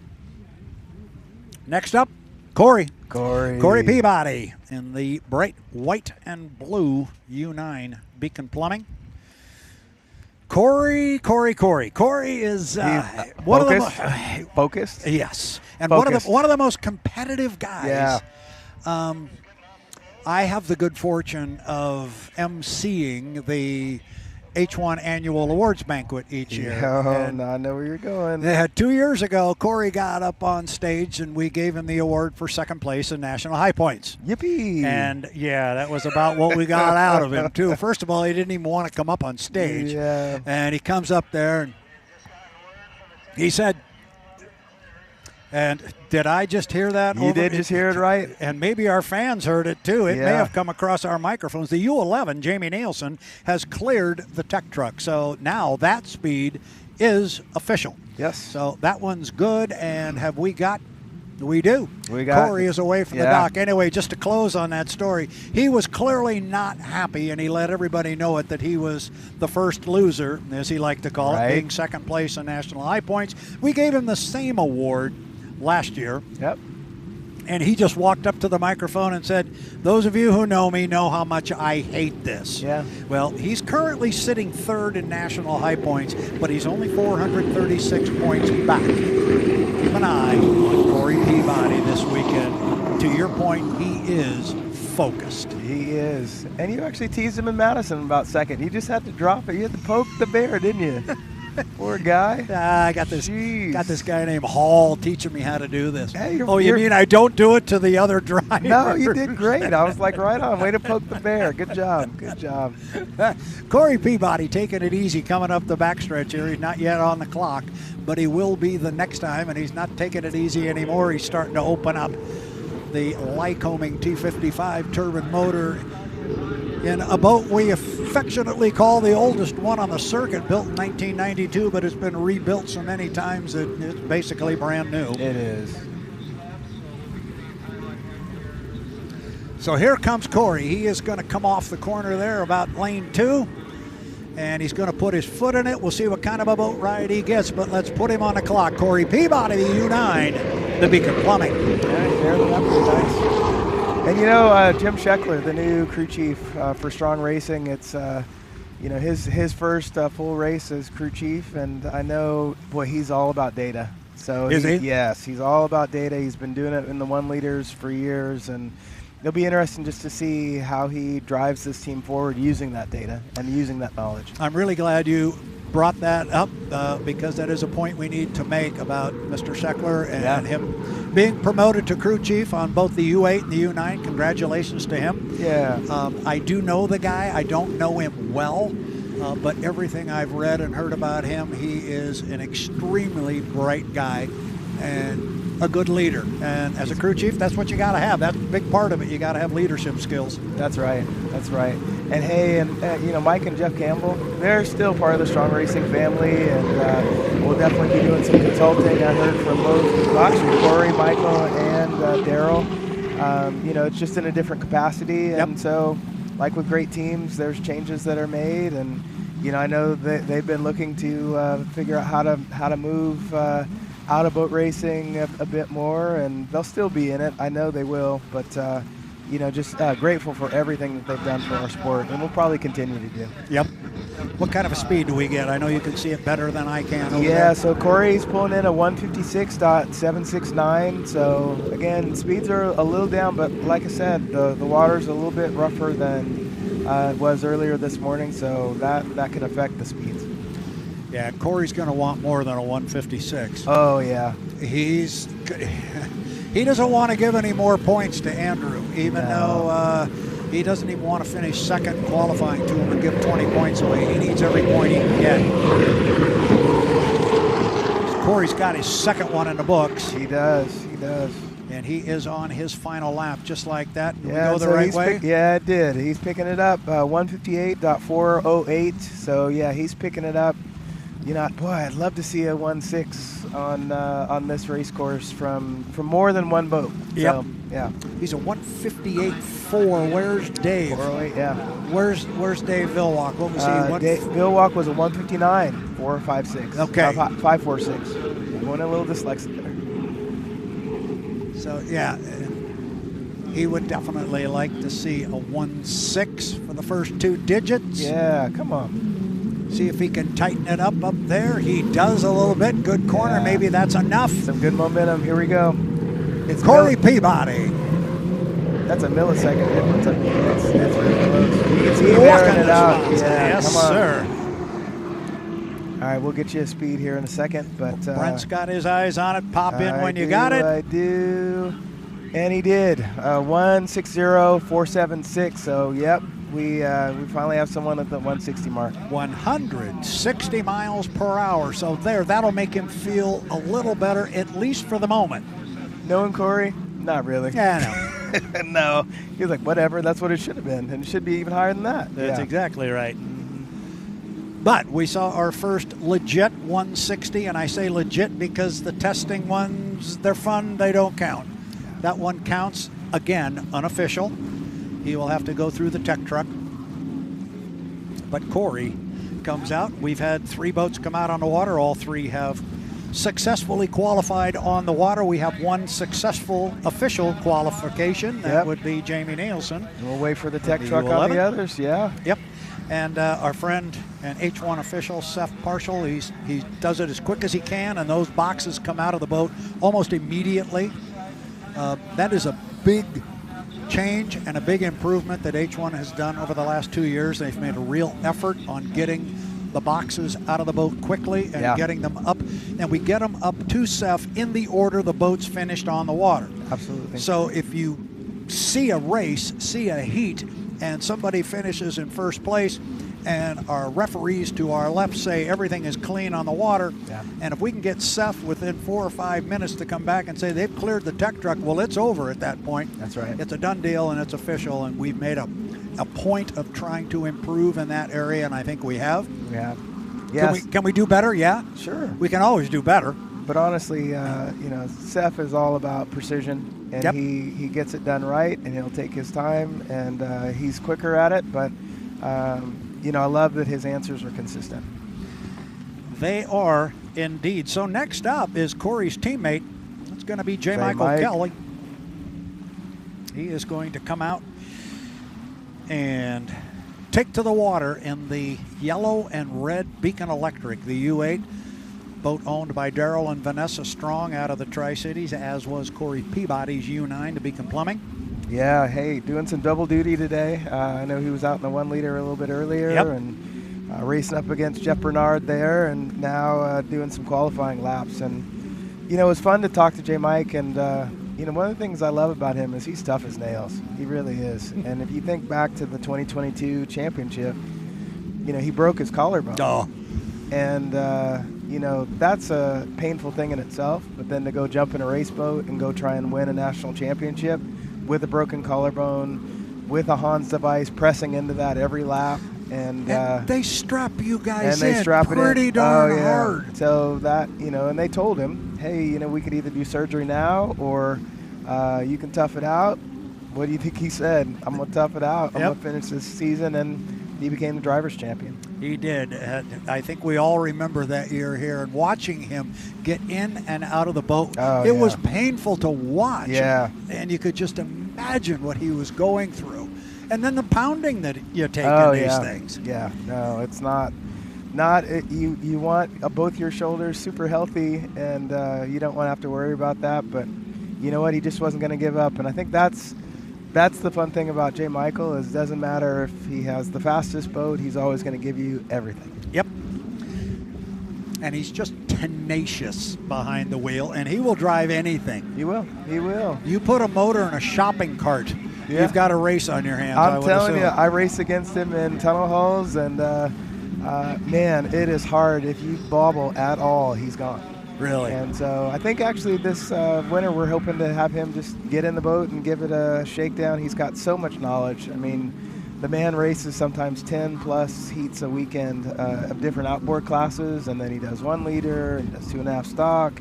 He's now helping Carson with his T-boat, Asher with his his junior hydroplane. So, man, the family's all about racing. It is all about racing. That's what they do every week, and he is away from the dock. He, J. Michael Kelly, in the U8, the Beacon Electric. Boats are owned by Daryl and Vanessa Strong. They're sponsored by Bill Cahill out of the greater Seattle area, Beacon Plumbing and Beacon Electric. Bill, if you're listening to us, hello. It's always fun to have you around. Maybe you're down here, but I don't know that. Assuming he's back home and hopefully watching, your boats look good on the water, you know they're going to be strong. And here comes J. Michael Kelly. He will come down slowly across start-finish line for the first time. He gets 1 warm-up lap, which will begin right now. Yeah, just getting to feel the course. The wind is even picking up a little bit more from the last couple of runs. So J. Michael's going to have a little bit of a wind to deal with, but that's okay. And he is a competitor, and he is extremely proficient at what he does. He has 17 H1 Unlimited career victories to his credit. Awesome. And he gets one more. It's going to tie him with a guy named Steve David. And there's that a puts him name in some big companies. that puts you in some pretty big company. Yeah. He'll tie Steve David for 8th place on the all-time H1 Unlimited win list. So now Mike's found the pedal on the right and started to push the foot a little bit. And he will bring a lot of boat speed to the start and finish line here. We'll put him on the clock for the first of 3. His turbine engines have names, and I didn't get a chance to ask him which one's in this one, but he always has one that he wants, and he's like, man, you got to put that one in there. So it's always just fun to hear the banter. Ooh,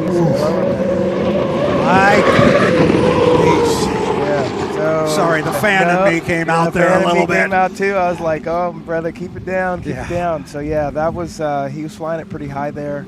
Again, anything he can do to get that speed, but like I said, the wind has picked up a bit, so he was fighting it there. He likes to fly the boat anyway, and I'm just going to admit that he makes me nervous. J. Michael Kelly only knows one way, though, and that's lift the boat up, get it out of the water, and let her fly. Yeah. And that's what he's doing up the backstretch here on lap number 1 of 3. Jeff Michael Kelly. I believe all their propellers have names. Oh, yeah. Doesn't Big Ken have names Big for Ken. I got names for Big Ken, too. Cajun Ken is what we like to call him, yeah.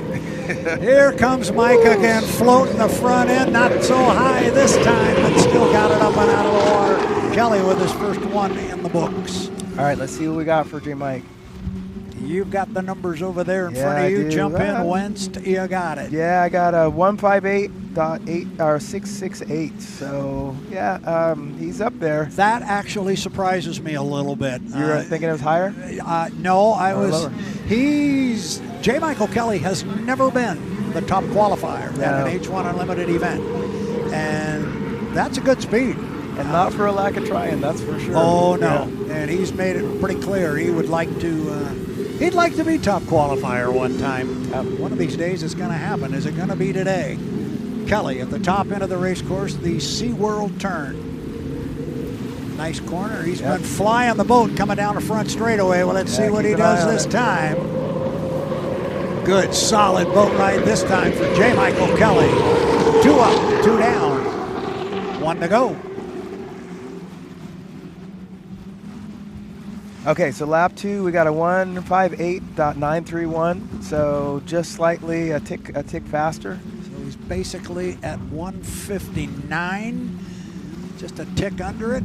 Mike comes off the lower corner.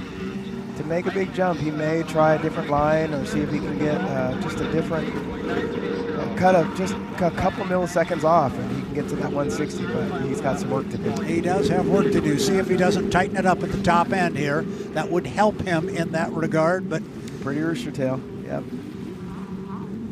Mike off the top end. He definitely. Yeah, here we go. He did. He tightened it up this time. He's looking for a 160. Is he going to get there? Mike really floating the front. You can see the whole bottom of the boat on that one. Mike. There, I can relax a little bit. He always makes me nervous. Oh, absolutely. Yeah. Oh, my goodness. That's a great driver right there. Man, he got closer. 159.591. Okay, so 159.5. Well, that's a good run. That's a great run. I think that's a really good run for Mike. Yeah, and that actually moves him into second on the qualifying board, which is nice. I mean, just barely ahead of Dave Villwock. Villwock was at .546. Oh, my goodness. Yeah, and J. Michael at .591. Wow. Yeah. That's called close. Tight. That's called, yeah. Close, tight, whatever you like. So, there's only one thing left to do on our qualifying ladder, and that's bring out our national high points leader, the boat that showed us the most speed in testing this morning. Oh, boy. And that'll be Andrew Tate, the U91. Mr. Tate. Mr. Tate, the young man out of Canton, Michigan, will come out in the U91. The Goodman Real Estate, boat owned by BWR Racing, Bruce Ratchford. I had a nice conversation with him. You had a lengthy interview conversation. Yeah. And yeah, no, we just got to talk about things. And, you know, I did ask. So he said, I'm 36 years old now. And I said, what do you do for fun? And, you know, sometimes he said, well, loves racing hydros, number one, loves to sleep. And I was like, okay. But then I was like, yeah, but he, you know, he'll play some video games. So NHL, I think the other one was Call of Duty, but I'm not, don't make fun of me, but I'm not great at the video games. But I know he definitely, you know, likes to unwind a little bit and just, you know, he lives a fast life. He does. He lives a fast life. And so you'd imagine everything else, you just want to unwind and kind of pull away. And he does that, but that's how he recharges his batteries. Well, he is definitely a dynamic new name, new face in our sport. Oh, yeah, and he plays hockey, too. There's a couple. So yes. He plays hockey. Our referee, Jonathan Abbott, plays hockey. It's been pretty cool just to hear what some of these folks do for fun. Jamie is, we talked about that he's an avid golfer, but he also does shed hunting. So that's what he does in the winter. And I was like, what's shed hunting? So learn what that is. Just winter shooting something, I guess. I don't you know. stepped in that bucket, I did. so now you can explain it. You looked at me crazy. Hey, you know what? We all have co-pilot. You can look it up online. Go look up shed hunting, and then you can tell me. But he told me, and I was like, okay, well, I like to fish, so that's my thing. I'll fish, but I haven't done a ton of hunting, and okay, that's all right. There you go. Yeah. There you go. 2 days after I get out of San Diego, I will be fishing for almost a week and a half straight. Yeah, I'm jelly. I am jelly. That sounds like a lot of fun. It's an annual trip, and it will be our 41st. See, now that's impressive. That's called dedication. Our 41st annual. Yep. Yeah, wonderful. So we're waiting on Mr. Andrew Tate to come out and join us for our little party we're throwing here on San Diego's Mission Bay.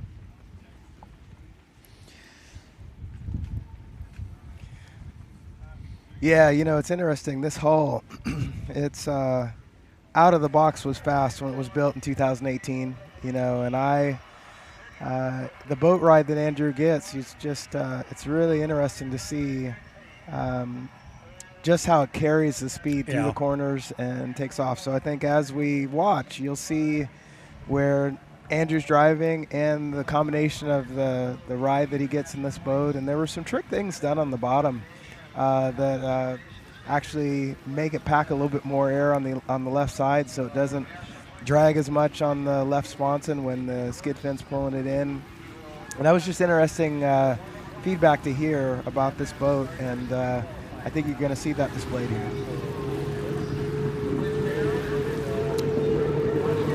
Andrew Tate, U91, the Goodman Real Estate, comes across start-finish line. He is not yet on the clock. Nope. This is a warm-up lap. Just a little easy drive. Just an easy drive here on a Friday afternoon in sunny Southern California, San Diego to be specific. Down at the I-5 turn.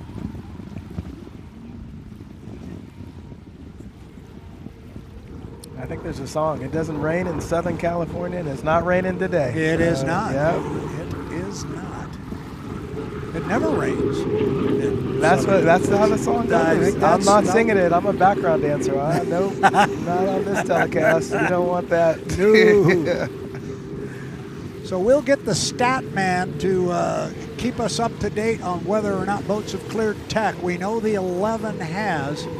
But while he checks into that for us, the 91 with Andrew Tate will come across start-finish line. We'll put him on a clock. Bingo. Let's go.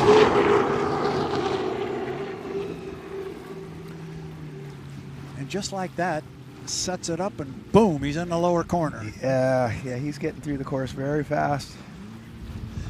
This boat has always impressed me with the ability to accelerate off the corner. It just comes off like it's shot out of a cannon. Yep. And it always has since that boat came out of the box in 2018 in the Tri-Cities, and we saw it the first time when it was powder blue and white and ran as the home street. Man, it was quick. And he is already back up to the top end of the race course. This looks like a quick one to me. See what kind of a line he wants to take, maybe out lap or lane number 2. Yeah, I think the other thing that makes him really proud is the relationship that they have with the Goodman real estate family. Yep. You know, John Goodman, he's an owner that, and I learned from Andrew that actually has done some racing himself, car racing. I did not know that. He, you know, is very competitive, and sometimes Andrew says he wants him to win just as much or maybe even just a slightly bit more than he does. And you see the enthusiasm when he's around him. Kelly as well, the president, she definitely is a fan of the sport, and we will, you know, continue to support Goodman Real Estate. We love what they do. Absolutely. So, yeah, we knew he was going to come out hot. Andrew brought in a 163.016, and I have a funny feeling he's going to build on that. Well, just like that, he is already off the top end of the race course and coming down to complete lap number 2. Andrew Tate already run a 163 miles per hour. Yeah, Can he improve upon I'm sure he it? did. I know you're going to. Oh, yep. He did a 163 point. Is that 666 across the board? That is 666. There you go. Yeah. Andrew Tate letting everybody know this boat has run well all year, and guess what? It still is. Look at him go. Yeah, you know, his approach this weekend, pretty calm, cool, and collected. You know, he's looking at the big picture, just really wants to make sure to do right by his team, BWR Racing, and obviously Goodman Real Estate. Well, he is doing well by them. Top end.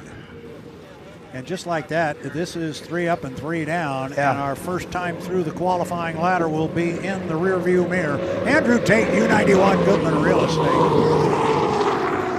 Wow. Yeah, you know what's weird is it's only milliseconds that make a difference between some of these laps, but he just seems so fast. He is so fast. And a 161 for the final lap of 3, so the quick one was the second one. Is that right? You've got it there? Yeah, the second one was the fastest at a 163.666, and I know he'll take that to the bank. And again, we will caution everybody, these are not, don't write them down in pen just yet. Put them down in a pencil. So he's put his ATM card in and he's ready to cash it, is what you're saying, but the money hasn't come out yet until tech inspection. I got it. See, you know, I like that. I listen. I'm listening to you. You are.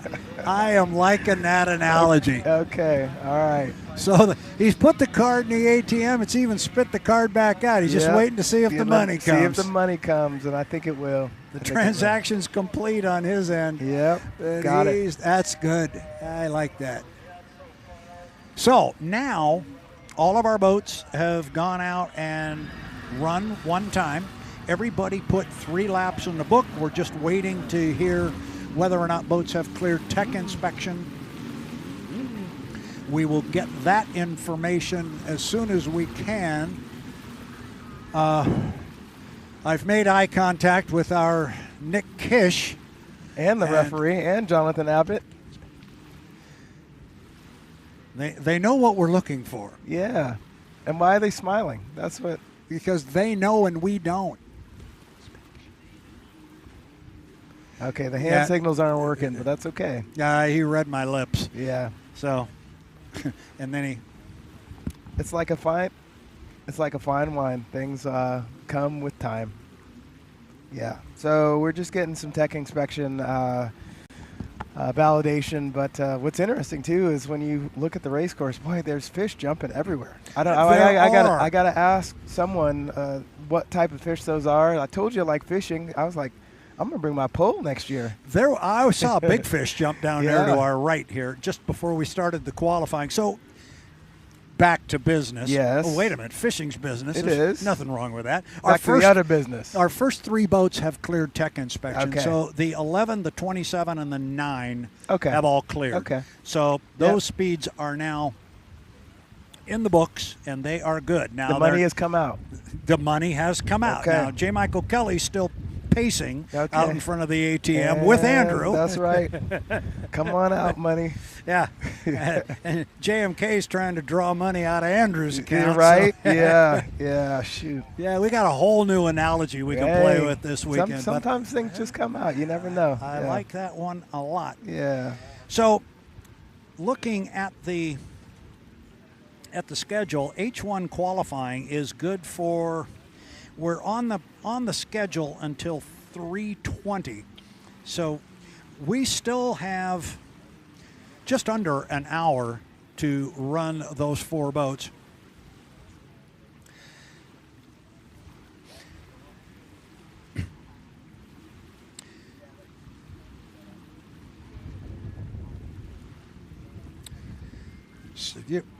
So we're now, as we talked about, everybody has run once. They have run their 3 laps, assuming everybody clears tech. So let's assume everybody clears tech inspection. And now we're looking at highlights here. Our first boat to come out on the water was Jamie Nilsen in the U11, the Miss FLAV-R-PAC. And Jamie came out, ran 3 very solid laps. I do not have his qualifying speed right in front of me, but he was running on an inside lane. The boat ran very, very well. His speeds got a little bit quicker, but he was in the, I don't remember his speed, unfortunately, but it was Jamie Nilsen taking to the water first, and he was very successful with 3 laps on the book. Then we turned the water over to the U27, and Dave Villwock. Villwock came out in the Miss Apollo. You see the conditions here on the water. On the front straightaway, you're looking at the front straightaway there. Here he comes off the top end. You can see the water. It's a little soupy here on the front end. We've got a wind blowing right in our face across the race course, but it's pretty typical here on San Diego's Mission Bay. But the boats all handled it extremely well, and Dave Villwock put in his 3 laps on the book, and it's important to acknowledge that they completed all 3 laps, and I'll get into why that is in just a moment, but you do have to complete 3 laps. They only take 1. They take the fastest one as your qualifying speed, but you do have to run all 3. So Dave Villwock was the second boat to come out and be successful qualifying. Then we turn the water over to the man who has got his game face on since he left the Seattle area. He is focused on this one. He is Corey Peabody in the U9, the Beacon Plumbing. He is 3rd right now in national high points, and he is 436 points behind Andrew Tate, and he wanted to pick up a few of those points and get them back in qualifying. He still may be able to do that, but he's going to have to come out and run a little quicker. Then we came with the U8, the Beacon Electric, and J. Michael Kelly. He really picked up the front end of the boat. Don't know if we've got it here on the highlights we're looking at there. When he came across the line at the completion of lap number 1, he really had the front end up and out of the water, but he settled it back down. His next 2 laps appeared to get a better boat ride for the young man out of Bonnie Lake, Washington. J. Michael Kelly never seems to have the fastest boat, Brent, but he gets the most out of it. He does. He sure does. And he did it again today. I think we were thinking his speed might be a little bit lower, but through his will and through the great team that he has that he works with, we saw 159. Yeah, we did. It was a good run. And then we turned the water over to Andrew Tate, our national high points leader, and he reminded us why he is the national high points leader. Man, did he look strong. Great combo. 3 laps north of 160 miles an hour, all 3. And there you are looking at the start-finish line here on San Diego's Mission Bay at the 2025 San Diego Bayfair, presented by Samson Rope. Samson, the strongest name in rope. Yes. I like this sponsor. I like saying that. The strongest name in rope. I just like that. You're nailing it. So I was saying that our boats came out and ran 3 laps. Right. Now, they only take the fastest single lap That's as right. their qualifying speed. But the rule was changed for 2025 that a boat had to run 3 consecutive laps north of 130 miles an hour, and the laps had to all 3 be over 130 miles per hour, but they would only take the quickest one as the qualifying speed. And that became important when we were looking at boats that were coming out to try and improve their qualifying speed, which the teams might do now. If they come out now and try and improve their qualifying speed, they only have to run 1 lap. You guys are laughing over here, and I'm missing this whole thing. What am I doing? It's a setup. I'm trying to get you to move over so we can be in camera. There we go. We're having a good time here. We are. I was always trying to discuss something, and I was know, getting you're all like, why are you nudging me? I'm getting right? so confused here, and I know it was disjointed. Oh, Anyway, hey. you know what? If the boats come out here and want to improve their qualifying speed, they only have to run 1 lap. Right. How about that? We are on camera now. There we go. See? It was his fault right there. See how you do me? Okay. Well, hello, H1. Hello, everybody. Yeah, it's good to be on camera. He is Brent Hall. He is Brad Luce. Yeah, and apparently we're the show here between qualifying sessions. A little bit. Well, you were dancing earlier. You gonna do that again? Okay. I was. Okay. And the underlying theme of H1 Unlimited in 2025 is Brent's trying to teach me how to trash talk. I've still got a long way to go. Yeah, I still got to teach him. I'm working on him, but he's doing all right. He's doing okay. I'm trying. He's learning and growing. And then he was giving me a hard time today because of the way I was having conversations with the parking attendants. Well, you know what? You made her day. And that's what it's all about. That so, is no, what you it's know all what? The about. fun and the banter, just like you see from Brad and I, that is truly what it's all about. You know, we want to have fun, but boy, we're a part of a great, amazing race and racing organization in H1, and just glad you, the fans, are here with us. So, if you can tell, we are between the first and the second shots at our boats coming out to qualify, and we're doing our best to fill time. Tell you what, to fill that time. Yeah. What? I think we're going to step away for just a moment. Are we? We're going to come right back. Are we? Yes, we're going to come right back. So don't go away. Don't go very far. We're going to step away. We'll be back. He's Brent. I'm Brad. Hang with us. We'll be right back.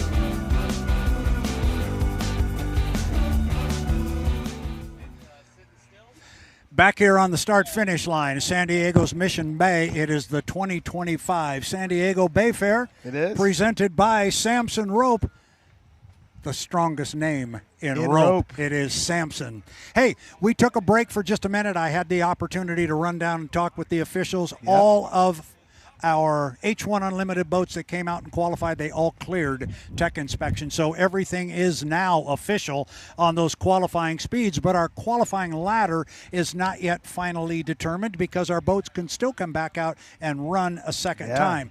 But because they all ran 3 laps, and this was the point I was trying to make before you were trying to shove me off the screen. I would not do that. Yes, you did. So anyway, because everybody ran 3 laps north of 130 miles an hour, if they wanted to come out and improve their qualifying speed, they only have to run a single lap. So 1 lap is necessary now to improve on their qualifying speed now that they've all checked that box. It only took me 20 minutes to finally get to that point and get it across. But hey, we got it out there. We got there. It's just a matter that you get it out there, right? And we did. That's right. We're having a good time here. We are in the middle of an H1 Unlimited qualifying session. We are just awaiting to see if we get another boat out on the water. I would expect we would see Corey Peabody in the U9 just because he's hungry for any point he can get. But while we await the arrival of our next H1 Unlimited, I think you've got something you want to present here and kind of show to our fans. Why don't I turn the stage over to you here? What do you got for us? We're going to do it together, but let's play a little bit. So obviously, I started with radio control, right? Yeah. And so the Hydroplane and Raceboat Museum has been working on these models. And this is a 1/25th scale of the Goodman real estate boat. Both Andrew and Bruce got a chance to touch it, and they're like, oh, man, that's so cool. Oh, that was my Bruce Ratchford. But, boy, I tell you, some really cool models. So if you love hydroplane racing and you want a model of the exact boat that is racing out here, they're available. And I think that's what's really cool. So, again, 1/25th scale. The Hydroplane and Raceboat Museum has them online, and you can order them there. DA International, Dave Valancourt's the one who runs that company. They're the ones who designed the boat. And, again, you can get Jamie in the U11. You can get, which is the FLAV-R-PAC. You can get any of the strong racing boats. I mean, it's all there for you and online. Now, break it down. Let me interrupt here. I got questions for you. Come on, let me do another. Well, first of all, it is really cool. It really looks good. Yeah. And but my question is, now you may not have noticed this. I'm an older guy. No. Yeah. I'm an older guy. Can I get an older boat? Let's say I'm really akin to the Winston Eagle. The Winston Eagle's not for sale yet, but I know they've been talking about different boats. But really, we want to make sure that the current boats are supported. Sure. And we definitely hope by showing these online, and then we'll actually even have a QR code for you here momentarily, so you can go take a look and purchase them. But the cool thing about this is, let's say you wanted it on display at your desk or at home, you can do that. But the other thing is they have what's called an RC conversion kit, and you can actually convert this into an RC boat to use in your pool, in your lake, you name it. So as I pop this lid, you can see there's a little engine in there, and then there's a battery up there. We got a remote control for you to drive it. So again, hey, maybe you're not able to drive an H1 Unlimited boat, but you can drive one in your pool. Have you got another one of those we can put in the hotel pool tonight? I know. You want to race tonight? Is what you're trying to say? Yes, where I'm driving this bus. I understand that. I only brought one, but we're working on another one, and it'd be fun. So I want to give a quick shout out to Gary Laws. He's the one who took the time to put that together. Some of you may know him from Squire Shop fame, and that he was helpful in restoring that boat. But he spent quite a bit of time getting that boat together and working on the R&D so we could turn it into a pool toy. Radio-controlled boats and radio-controlled all kinds of things, airplanes, cars, everything. But RC hydroplanes is a big thing, and there's a lot of people racing this. You said this was more for the family pool or the hotel pool if we get another one. More for the hotel pool, family pool. But, yeah, there is a whole level of racing that goes all the way up to, I think the biggest I've seen is 6th scale. And then, I race 10th scale, and I had my favorite boat. John Walters, if you hear me, buddy, I had my Pan Pac turbine, and, that's really how we connected with the sport. And so, having a model, and it was funny even talking to Andrew and showing him this, he was like, I almost feel like I've made it. I got my name on the side of an RC boat. It's a big deal. It's a really big deal. So how long ago did you get started racing radio control boats? Yeah, so, boy, it's been a long time. I think when Fran Muncey used to have her little concession stands, they had something called an MRP Hydrosport. Okay. And the boat that was in there, it was a kit, and you could make 4 different boats. You could make the Atlas Van Lines, the Circus, the Squire Shop, and the Pay and Pack Turbine. And which boat do you think I made? No, that would have been the Pay and Pack Turbine. I made the Pay and Pack Turbine. There but you then go. after that, then I made the Squire. And then after that, I made the Budweiser. So, yeah, but, those are the kinds of things that tie into the sport is having a replica, being able to drive something, being able to look at it and go, man, I've got the Goodman in my house. How cool is that? It's very, very cool. Now, I want you to go back. You were talking about that QR code. Yeah. I think we're going to be able to pull that up. Tell the fans again. Yeah. How do I go about getting one? I want one. How do I do it? So you're going to take your phone, and when the QR code shows up, it's on screen. So you will just take your phone, use your QR reader, and it will take you to the Hydroplane and Raceboat Museum models for sale page, and it will show the different boats that they have on that are in stock, and you can go ahead and purchase it, and they'll ship it up and get it to your house. Now, it looks like on this 91 you've got bring here. Let's see here. I'll bring it over the top. Don't break it. No, I'm not going to. Now, it looks like here, did you paint this? I did not. So this is Gary Law's fine workmanship, and he did everything from the mirrors and, did the setup. He waterproofed it. So that's one thing about these boats is that it, there's the kit that's on your desk, but then to get it ready to race, you do have some work to do. Now there's help because there's a Facebook page that actually, there's a Facebook page that actually follows these boats, and it's called the 1/25th Scale Hydroplane Race Boat page. And if you go there, you'll get tips from people. There are people who've made models of other boats, and you can see how they did them. Gary has showed some of his tips on how he converted this to RC boat, but that's really what it's all about. It's learning and playing together. And again, there's some work in this to make it run, but that's part of the fun of it. And when you learn to build an RC boat, then guess what? Maybe someday you'll be on a crew. Maybe someday you'll be driving, but this is where it starts. So clearly this has been hand painted. Yes. But there's also a lot of decals involved. So whatever boat you order, you're going to get the proper decals. So you got the 91 decals here and so forth. I even see rescue on the bottom. I don't dare turn it over again. You saw, he knows how to do it. Yeah, there's the rescue hatch. And so that's the cool thing about the kit is the harder things like the lettering and the vinyl, you even see the H1 Unlimited sign there. There we go. That all comes in the kit, but really it's more, the painting and the, what color gold it should be. Those are things that you get to do and personalize yourself. Some have made them into boats that maybe they'd like to see someday. Maybe there's a drink that they like or, like Monster, and they want a Monster boat. You can paint it in Monster and do whatever you want, but that's a really cool thing about these boats is you can customize them and make them yours. I really, really I need one. I know. Bruce said the same thing. He's like, I need one for my pool. And I was like, okay, all right, Bruce, we'll work on that. But, yeah, we're just having fun. And, again, new ways for you to engage in our sport. And another way is through these RC boats. So it's not just for kids. It's for adults. Bruce Rashford wants one. Mine. I want one. Oh, yeah. I'm not going to tell you Bruce's age. I know what it is. I know my own. So, but we're not quite to 91. We're getting there. No. But this is really, really cool. And I can it? see one of these sitting on my bookshelf behind my desk. So when we do those Zoom calls, it's like the guys on the NFL Network. They've got football helmets back there. You see, you could have got a boat. We could have this behind me. Right there on the books. I like it. I like it, This too. is really, really cool. Well, I know what to get you for Christmas. Yes, you do. Yeah. Yes, you do. And it's very good.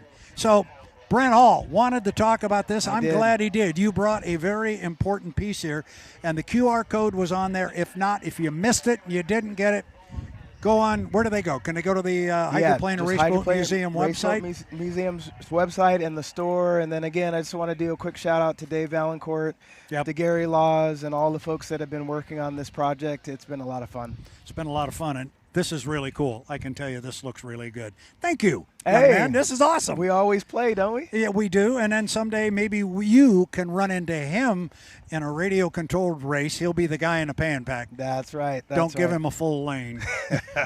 Chop him in lane 1. Oh, see, my brother. All right. Oh, man.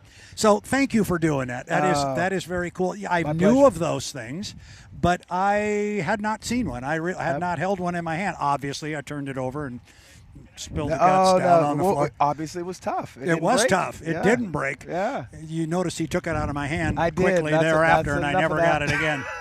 Oh, gosh, this is a terrible segue, but I'm going to do it because I'm thinking our fans may have something on their mind, and I want to bring attention to it. Yes. But we're going to change the scene here just a little bit. Up in the upper left corner of our screen, up there, you will find a hat. I thought it was bright yellow. Apparently, it's bright green. There's the colorblind guy again. Okay. Unfortunately, H1 Unlimited lost one of our dear family members and one of our officials. He was our official photographer. Yes. We lost Chris Denslow. And Chris, for 20 years, spent all of his time seemingly behind the lens of a camera. And he liked being behind the lens. He didn't want to come out very often. And if he did, it was to find somebody, some person, a personality in the crowd to take a picture of. But he documented our sport with photos of everything, from the boats arriving to the boats leaving and everything in between.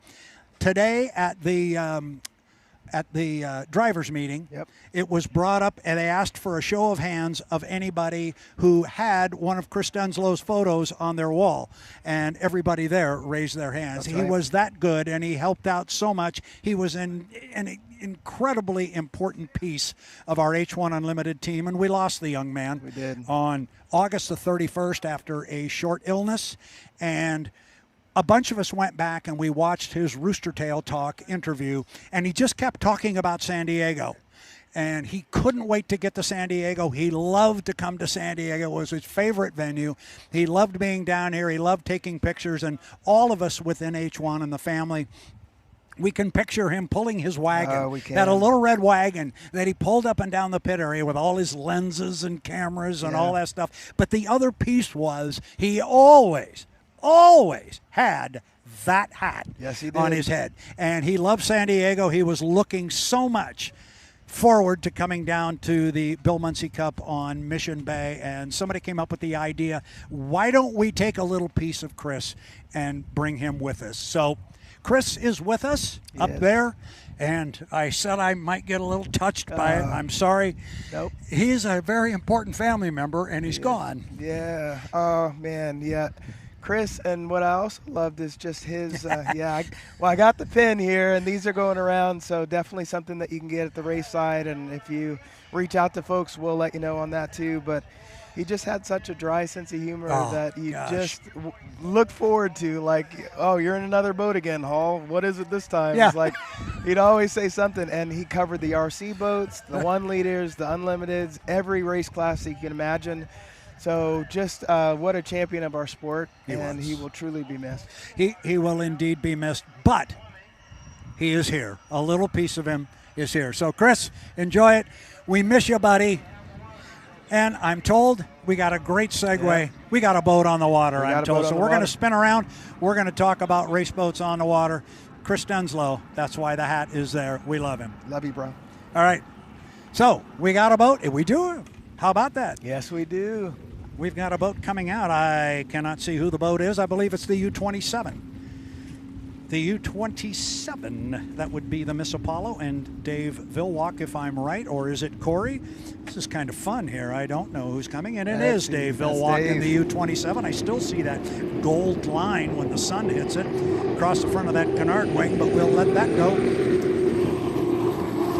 And I did not jot down our qualifying speeds from the first session or the first time through, so we will try and make sure we get those speeds on the screen. I may have them in text here. But we're going to see if we can get them up on the screen so our fans can see them as well. This will be Dave's only opportunity to come out here and try and improve on his previous speed.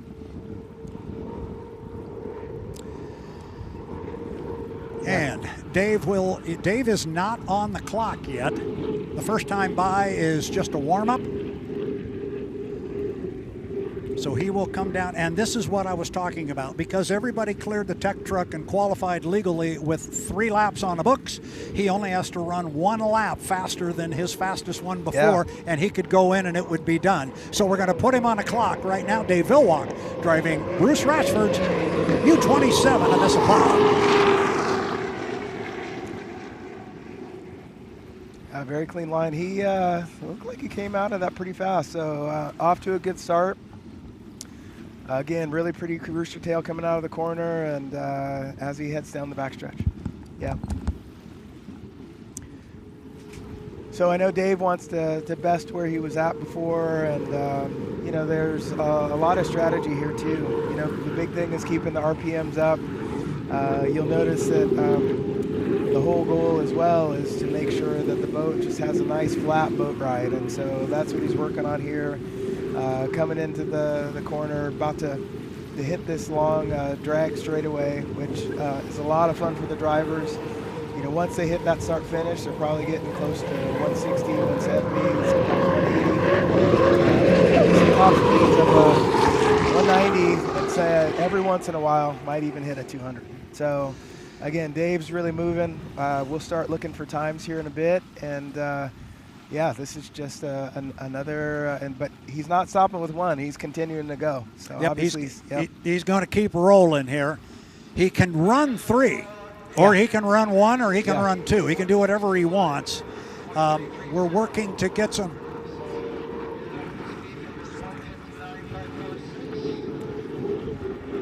Well, whatever he just did, that speed, he is the 2nd fastest qualifier right now. So apparently he has moved up the ladder. I apologize to our fans out there with us being a little disjointed right now, but we don't have the speeds from the first time through. But here comes Dave, telling him the boat is fast. Oh, he's looking good. He's looking really good. He's put a little bit more front wing into it. So again, just some of those adjustments as a driver. I noticed even before he got to the start finish, he was already putting wing into it. So it sounds like the boat's getting pretty light. So whatever the speed is, he is now officially, or until he goes through tech, that was a 161 miles per hour, 161. Yeah, starting to get some space from the 160. Yeah, it was a 161.7. 161.7, and I believe he was at 159 before, or the high 150. So that has moved him into 2nd place, and now he goes way wide. Whoa. Dave is way out there this time, so he's going to... Just trying to say hi to some fans, that's well, all. Apparently so. I'm not quite sure what happened there, but he pulled his foot, because clearly that wasn't going to be that quick of a lap. Yeah, no, he's out of it. He sounds like he's going to come back in. Another good run for the Apollo. Nice to see the 161. 161.7.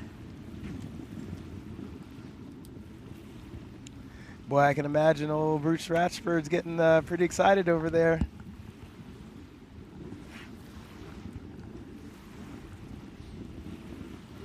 Yeah, so as we watch Dave kind of round the corner and come back in, we'll await the next boats coming in.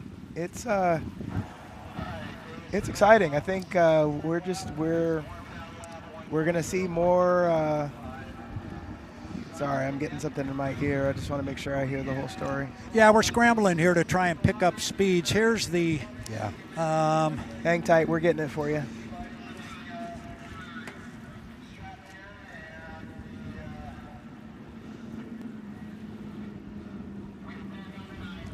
Yeah, Dave's got to be really happy with that run. Again, creeping up on where he was before. The BWR Racing, they're really trying to bring something serious to finish off the year strong. And, you know, and I know definitely Strong Racing's going to want to respond as well. So we'll kind of wait and see what's in the kitty for those teams as we get these speeds for you, and we'll have those to you more momentarily. All right, so I've got Hit it. I got the speeds as they are right now. I don't have them to 3 decimal points. That's all right. But our top qualifier as a result of the first run was Andrew Tate, 163.6. And that was 666. It was very good, very good. 163.666. Yep. Our second fastest qualifier now is Dave Villwock in the U27, 161.7. Put an asterisk by it because he's got to go through tech inspection. But he improved his speed to 161.7. Corey Peabody, and this speed has cleared tech inspection because it was from the first run. Corey Peabody is on the books right now at 160.4. Teammate J. Michael Kelly is on the books at 159.5. And Jamie Nilsen is successfully qualified at 148.2. So Tate, Peabody, Kelly, and Nilsen could all come out again. Yeah. Oh, yeah. They could. I'm really going to expect now we're going to see Corey Peabody. Yep. Corey Peabody was second on the qualifying ladder. He is now third, and he trails Dave Villwock by 1.3 miles per hour, again, assuming that Dave clears tech. Yep. So a lot going on here, and Brent and I definitely apologize for not having the speeds on the screen. We're scrambling to get them, and when we suddenly go quiet mid-sentence, it's because somebody's giving us some information, and we're trying to write it down real quick, and I scribbled all over my notes now. Nope. But we're getting there. Hey, we make it together. We always make it together. Yeah, and the fans understand too. I mean, there's just a lot going on. A lot of excitement, and it's good excitement at that. Yeah, and we can summarize everything that Brent and I just said in the last 10 minutes. Yeah. Dave Villwock's really fast. Dave Villwock is really fast, really smart. And I told you that smile is a little bigger. I'm like, what you got going on there? Yep. So, and here we come with another boat away from the dock. Corey Peabody. Yes, sir. All right, so this one will get very interesting. Corey Peabody does not like to finish second in anything. No.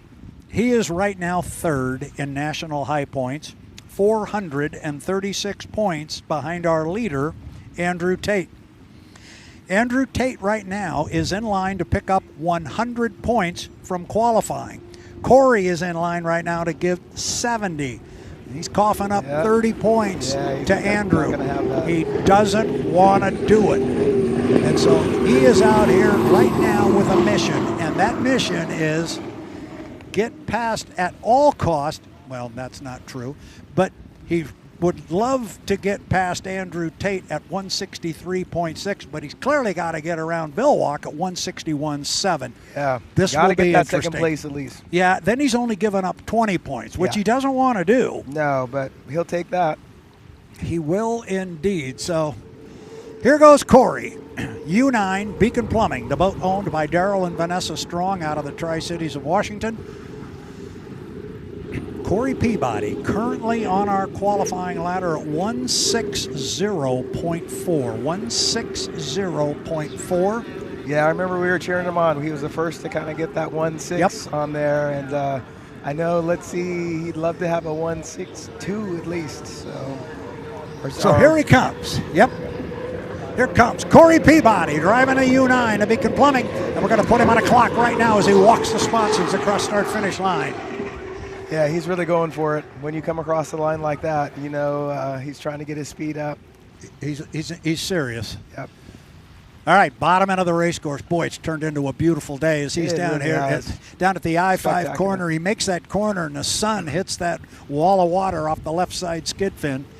Corey Peabody off the corner and up the backstretch.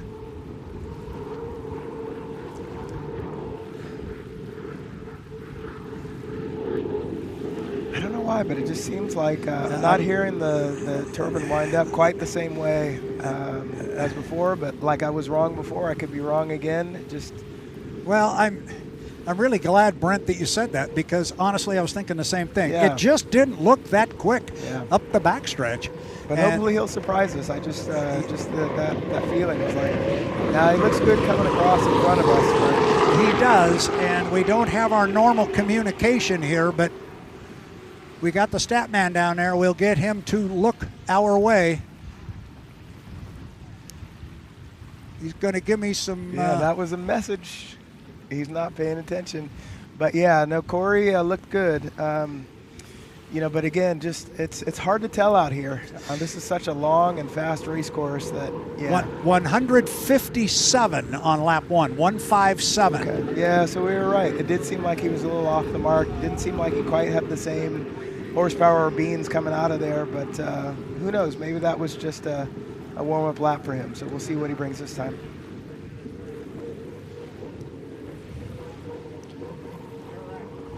All right, here comes Corey coming down to put 2 in the books. We got our highly technical communication system here to get speeds on Corey Peabody. Brent, you keep an eye on the boat. I will keep an eye on our timing system that we have here. Got it. Yeah, so we're going to hear speeds in our ear, and we'll try and get them up on screen for you. We got 160, 160. So he's close. He's real close. He's going to have to take this one up about 1.7 miles per hour. Can Corey do it? Yeah, he's going for it. You can see actually the inside spots and pick up. So that means he's getting a lot of air under the boat, and now he's just got to round this corner and see where he ends up. Boy, I'd love to see a 161 and change, or 162. Not as much as he would like to see it. That's true. He needs that 162 right here. Corey Peabody with a good line off the top end of the race course. Whoa, this is it. This is the third time. Can he get it? It's worth 10 bonus points to him. Corey Peabody. I have a good feeling. He definitely took a swing at it. Yeah. 160,702. 160,702. The good news, he increased his qualifying speed from the first time. The bad news, and he didn't move up. And the good news, we got a lot of fast boats. We got a lot. There you go. That's right. Keep underlining the important part. So, those of you, and you know who you are, who are helping us here get our highly technical communication link here. We got it. We are up and running now. So, and just like that, Corey Peabody is not even back to the pit area, and we've got our next boat already out on the water. No, we're rolling. We're rolling. I love it. We are moving quickly here. And I think part of this has to do with this looks like J. Michael Kelly. I'm looking into a sun glare here, but is that what we got? Oh, we got J. Michael Kelly, definitely. We do indeed. Here comes the U8, the Beacon Electric. Mike gave us a little bit of a scare here the first time he picked up the front end, the first time he came across at speed. Yeah. And we all kind of jumped a little bit. It's such a unique looking boat on the water. I really like this one. You know, the red and yellow actually reminds me of my alma mater, Newport Knights, and he hopefully will lay down some more strong laps. I know we were 159, right? Yeah, it was a 159.5. Now, what's really interesting here is Corey Peabody just ran, what, a 160.7? Yep. Well, Peabody could find himself going the wrong way if Kelly were to top Peabody's speed. Now, we talk about them being teammates. Yep. At the end of the day, they're competitors. And I'll tell you what, Mike is not going to hold back. Yeah, we talked about that at length, and you know, they are competitors for sure. And so, teammates, yes, but oh wow, yeah, J. Michael's flying. These will be the second most nervous 3 laps I'll watch all day. Oh, probably so. Oh, and he pulled his foot just as soon as he crossed. Maybe he's just going for 1 lap. You know, he didn't even run it. Oh, now that's interesting. We put him on the clock, and unless he's trying to do some kind of time mark, but he looks like he's stepping back up into it. He's still 3/4 throttle, but yeah, he's coming out of it. Interesting. Yeah.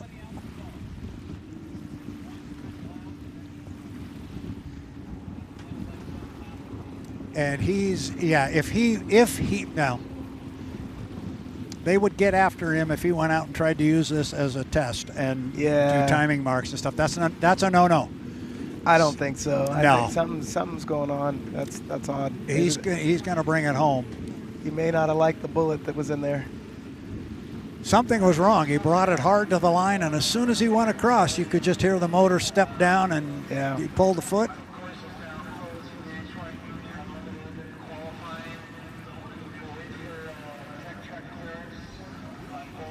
And I think I'm hearing... Yeah, I was hearing it too. That we do have a black flag flying to our left, so the H1 Unlimited qualifying session has come to an end. We will check those boats that went out a second time, see how they go through tech inspection. But it appears as though our top qualifier is going to be Andrew Tate with 163.6 miles per hour. I will apologize for not being able to go to 3 decimal points. I was writing in a hurry and I just took the first digit. Dave Villwock has come out in the second run and posted a 161.7, but he has yet to clear tech inspection, or if he has, we have yet to hear it. But right now he sits in second place. Our third fastest qualifier is Corey Peabody at 160.7 miles per hour. He is in third place. J. Michael Kelly third on the ladder at 159.5. Rounding out our 5-boat qualifying ladder, the U11, the Miss FLAV-R-PAC, and Jamie Nilsen, 148.2 miles per hour. Our H1 qualifying session has come to a close. We are going to step away right now, I believe, for a moment. Yes, we are. We are going to step away for right now. We are going to go check with the officials, get these speeds, get them to 3 decimal points, make sure we know who has cleared tech. But for right now, this is Brad Luce along with Brent Hall. It is the 2025 San Diego Bayfair, presented by Samson Rope. Samson, the strongest name in rope. We will be back before we close out the program on the day. We will have final and official qualifying speeds for the H1 Unlimiteds. That work with you, Mr. Hall? That does. It sure does. Yeah. As long as Brent says yes, it's a go. We'll step away. We'll be right back, fans.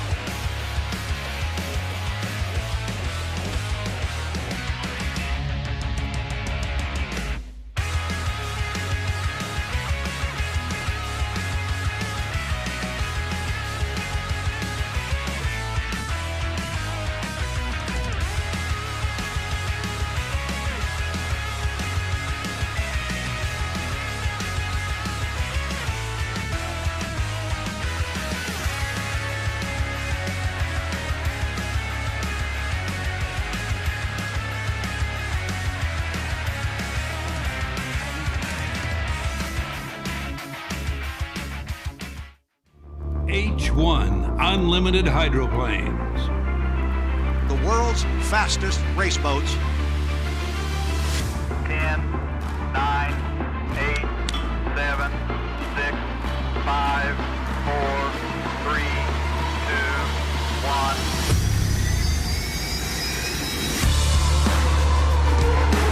Oh, it's really flying the boat. It doesn't get any better than that. They are going to be side by side.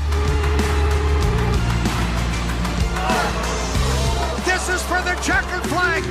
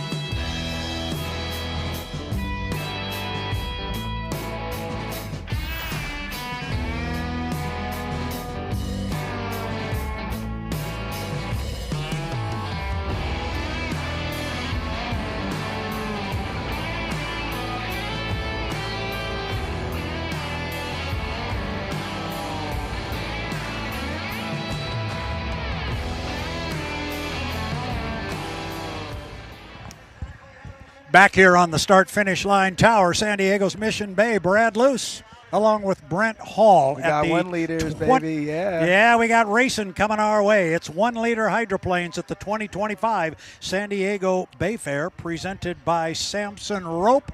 We got boats coming out on the water. Brent, I think you've got a list of our boats right in front of you there. I do. I'll read them off real quick. We got Katie Brown in the Y9. It's an orange boat, looking good. Sean Bowser coming from back east. He's in the Y52, and I think that's him coming right up in front of us right now. Actually, the boat that you're seeing on the camera, those are actually different than the one that I was seeing. The Y41 in the green and white, that's the Shenanigans. That's J. Michael Kelly. And then the one that you saw crossing the finish line first, that was the Y18, Jeff Bernard, and another super fast boat. Those two were 1 and 2. So you got 2 unlimited drivers out here driving in the 1 liter class, and they go super fast, and they love this course. So we got our next boat coming across, and this looks like Sean Bowser. Boy, he's a great ambassador for the sport. He actually runs a race site back east that has been a 1 liter racer for years. And it's just great to see Sean come out and support these West Coast races, and he's quite the promoter. We're waiting to see Marissa Bartels. I haven't seen her come by yet, or Katie Brown. I know both of them have been having some engine issues the last heat, so we're hoping on that. But I do see another boat coming, so I'm hoping that's either Katie or Marissa, and we'll be able to confirm that here in a minute. We just clicked inside 3 minutes. We're doing this blind. You thought it was tough getting qualifying speeds. Now we're going to try and get a clock. It's all right. Here comes our two guys that are going to battle through this whole thing, and they battle through the first one. It's Jeff Bernard on the inside, J. Michael Kelly on the outside there.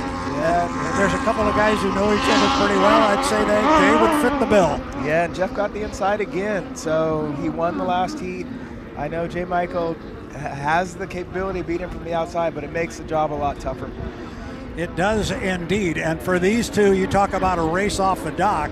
It's been a race off the dock to see who gets on the inside. Now, watch them up the backstretch, though, as Katie Brown comes across start finish. I'm just going to confirm we got Katie Brown out on the water, still waiting on Marissa Bartels. You see a boat that's out there, so we're waiting to see if 2 minutes, sorry. No, that's all right. We're 2 minutes to the start, and this is where the strategy happens.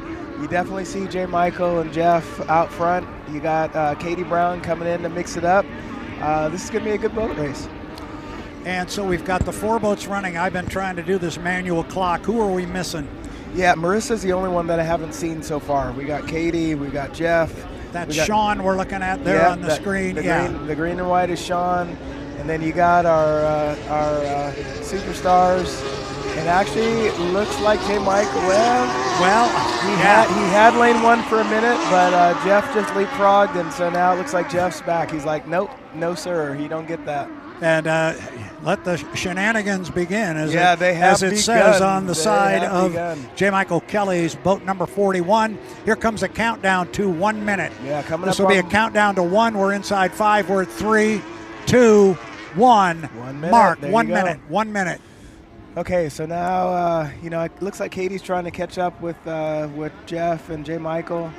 I would think Sean might want to. Well, there isn't a place to cut the course where he's at, but he's got some room to catch back up. So we need Sean to get up there. Katie's beelining it for him. So hopefully, our 2 top boats are crawling up there, but Katie might be able to come on the outside with some speed. She's coming up strong. 30 seconds. 30 seconds, looking good. Yeah, if she could hustle up there, she might find herself in the middle of a pretty good war of a couple of guys. What you see is J. Michael. 20 seconds. Yeah, they're already starting to get on it, so she's got to keep coming hard.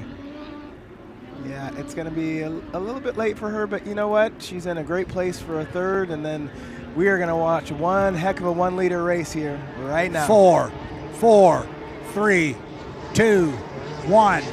Mark. Okay, and by our accounts, I mean it's a good start, and you got J. Michael on the outside, and he's tightening up pretty hard on Jeff Bernard, so leaving him a lane, but not much. Yeah, he's leaving him a lane and a couple coats of paint, and that's about it. That's right, and then you got Katie Brown coming right back up with a very solid third place spot. Look at the run off the corner, up the backstretch, side by side. Jeff Bernard on the inside. It's J. Michael Kelly on the outside.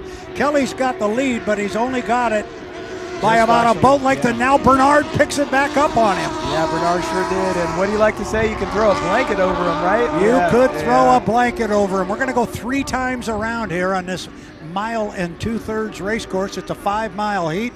Top end of the race course, it is all out front. It is Bernard in 1. It's Kelly in 2. Looks like one boat coming off there, but there's 2 of them.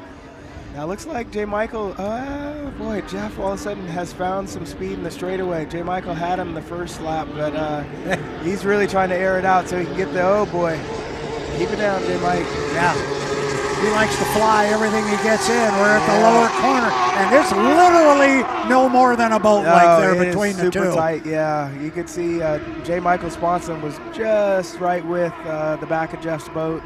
Looks like Jeff's stretching out just a little bit more, but at the same time, never count J. Michael out. No, that was the lead that he opened up there, and here comes Kelly now. He's going to try and close it back up the backstretch, but the way Jeff was able to open up a little bit of the lead, that was clearly because of lane position and being on that inside lane as Katie Brown comes through the lower end of the race course. Katie Brown making a solid statement at third.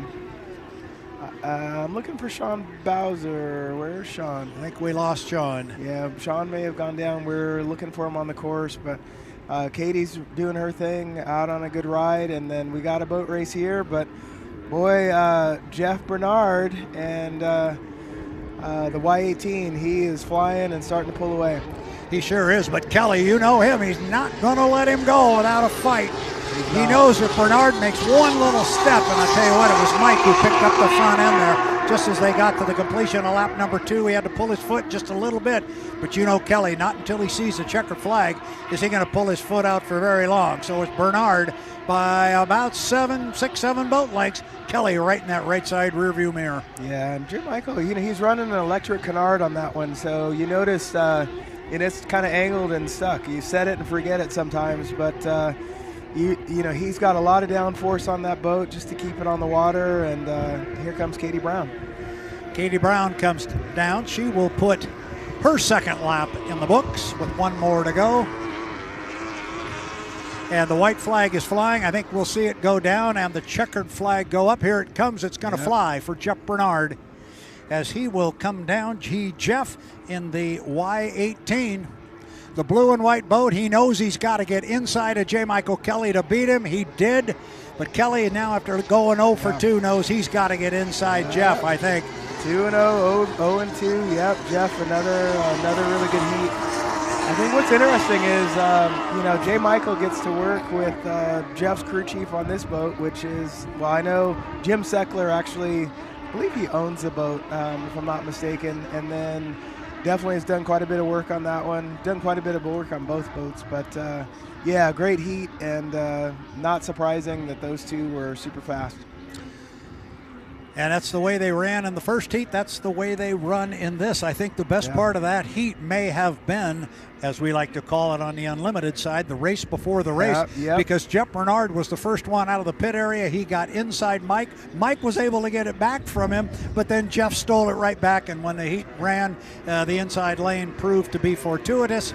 Here comes Katie Brown. Taking her third. I like it. She will take flag.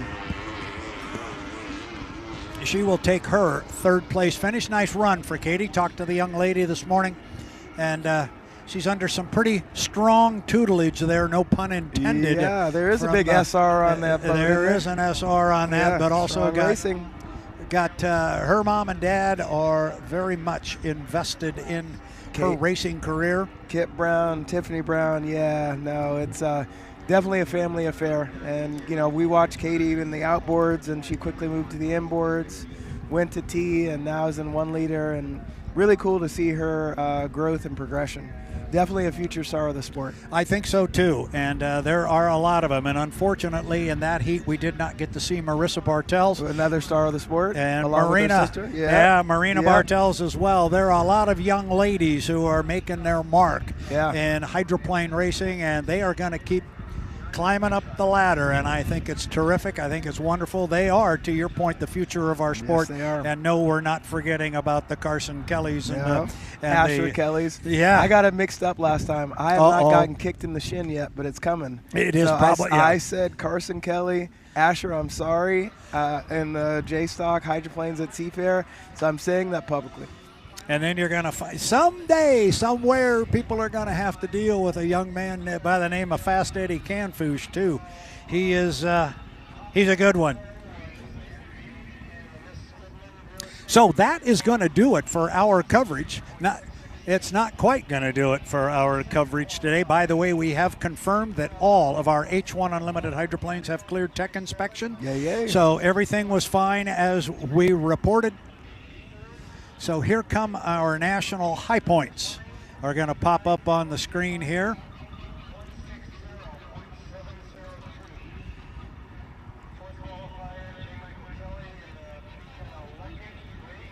So we were going to put the national high points up on the screen. Apparently the graphic is not necessarily working for us or working with us. However, what I can say with regards to national high points, those people who follow baseball especially, they love to talk about magic numbers. Yeah. The magic numbers for Andrew Tate just got him. and the U91, his magic number is 1,537 points. And what that means is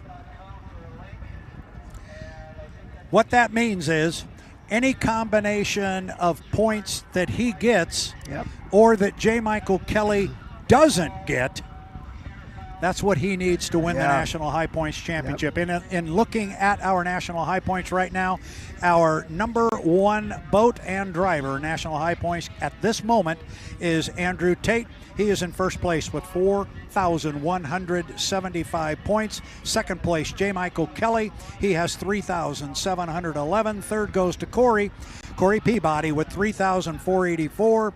Dave Villwock comes in fourth place, 3,434.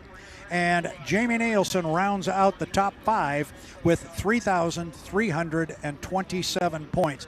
The key is 1,537 points. Yeah. That's the magic number that Andrew Tate is facing. Any combination of points he gets, coupled with points that J. Michael Kelly doesn't get, that is his magic number. The stat man, trust me. He's got this one is more, how one I more, met this man. One more hot stat many for you. years ago. Better check it out. And we were talking about the U91, and Andrew Tate came in today with a 400-plus point lead, but it was very close between Corey Peabody and J. Michael Kelly for second and third place. Even closer J. Michael was in second place. Corey was in third, but as it stands right now, the U9 and Corey Peabody trails the U8 and J. Michael Kelly by 2 points. 2. Count them. Now, I'm going to get qualification here. This is for driver points or boat. This is boat points, and we have to make that distinction because there is a difference here.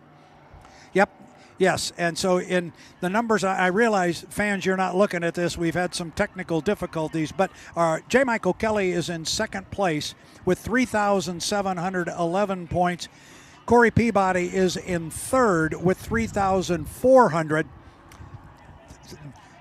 There we go. We've got them on screen to the fans. So our fans are seeing it. One of these days, you and I will be nice to the guys in the truck, and we'll get to see it. That's all right. Fans can call us and tell us what's going on.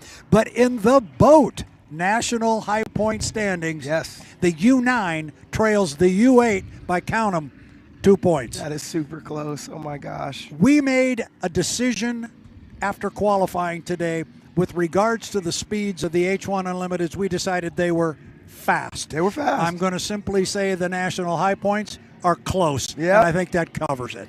2 key words, fast and close. Fast and close, and those are good words.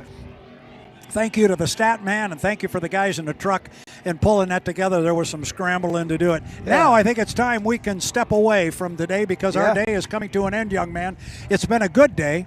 We've had racing on the water. We've had testing on the water. We had some good qualifying. We had some good qualifying with the Grand Prix America hydroplanes. Then our H1 boats came out. They ran very, very well. The stage, as I like to say, from a Grand Prix and an H1 Unlimited standpoint, stage is set. Stage is definitely set. And you know what that means for tomorrow. We go racing. We go racing. Exciting. Yeah. Tomorrow there's none of this one boat at a time. We're going to go out and go racing. We're going to race for the Bill Muncey Cup. We're not going to get it done tomorrow, but we're going to get it started, and we're going to maybe crown a national high points champion tomorrow. You don't know. We'll see how the points play out. Either way, it's going to be a good day of boat racing. Did you have a good day, Mr. Hall? I did. Don't you miss it tomorrow and Sunday. Can't wait. I can tell you Brent Hall will be here. I know I'll be here. We hope you'll be with us as well. It's the 2025 San Diego Bayfair, brought to you by Samson Rope. Samson, what is it? The strongest name in rope. Good night, everybody. We'll see you tomorrow morning.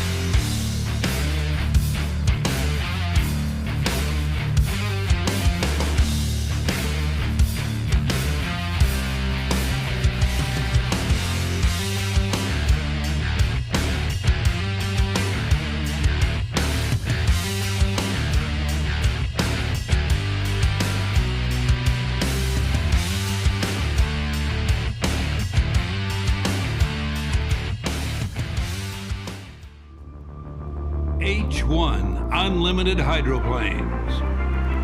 The world's fastest race boats.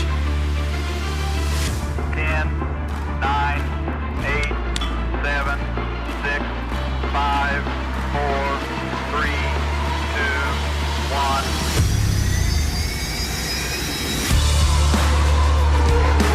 Oh, really flying the boat. It doesn't get any better than that. They are going to be side by side. This is for the checkered flag.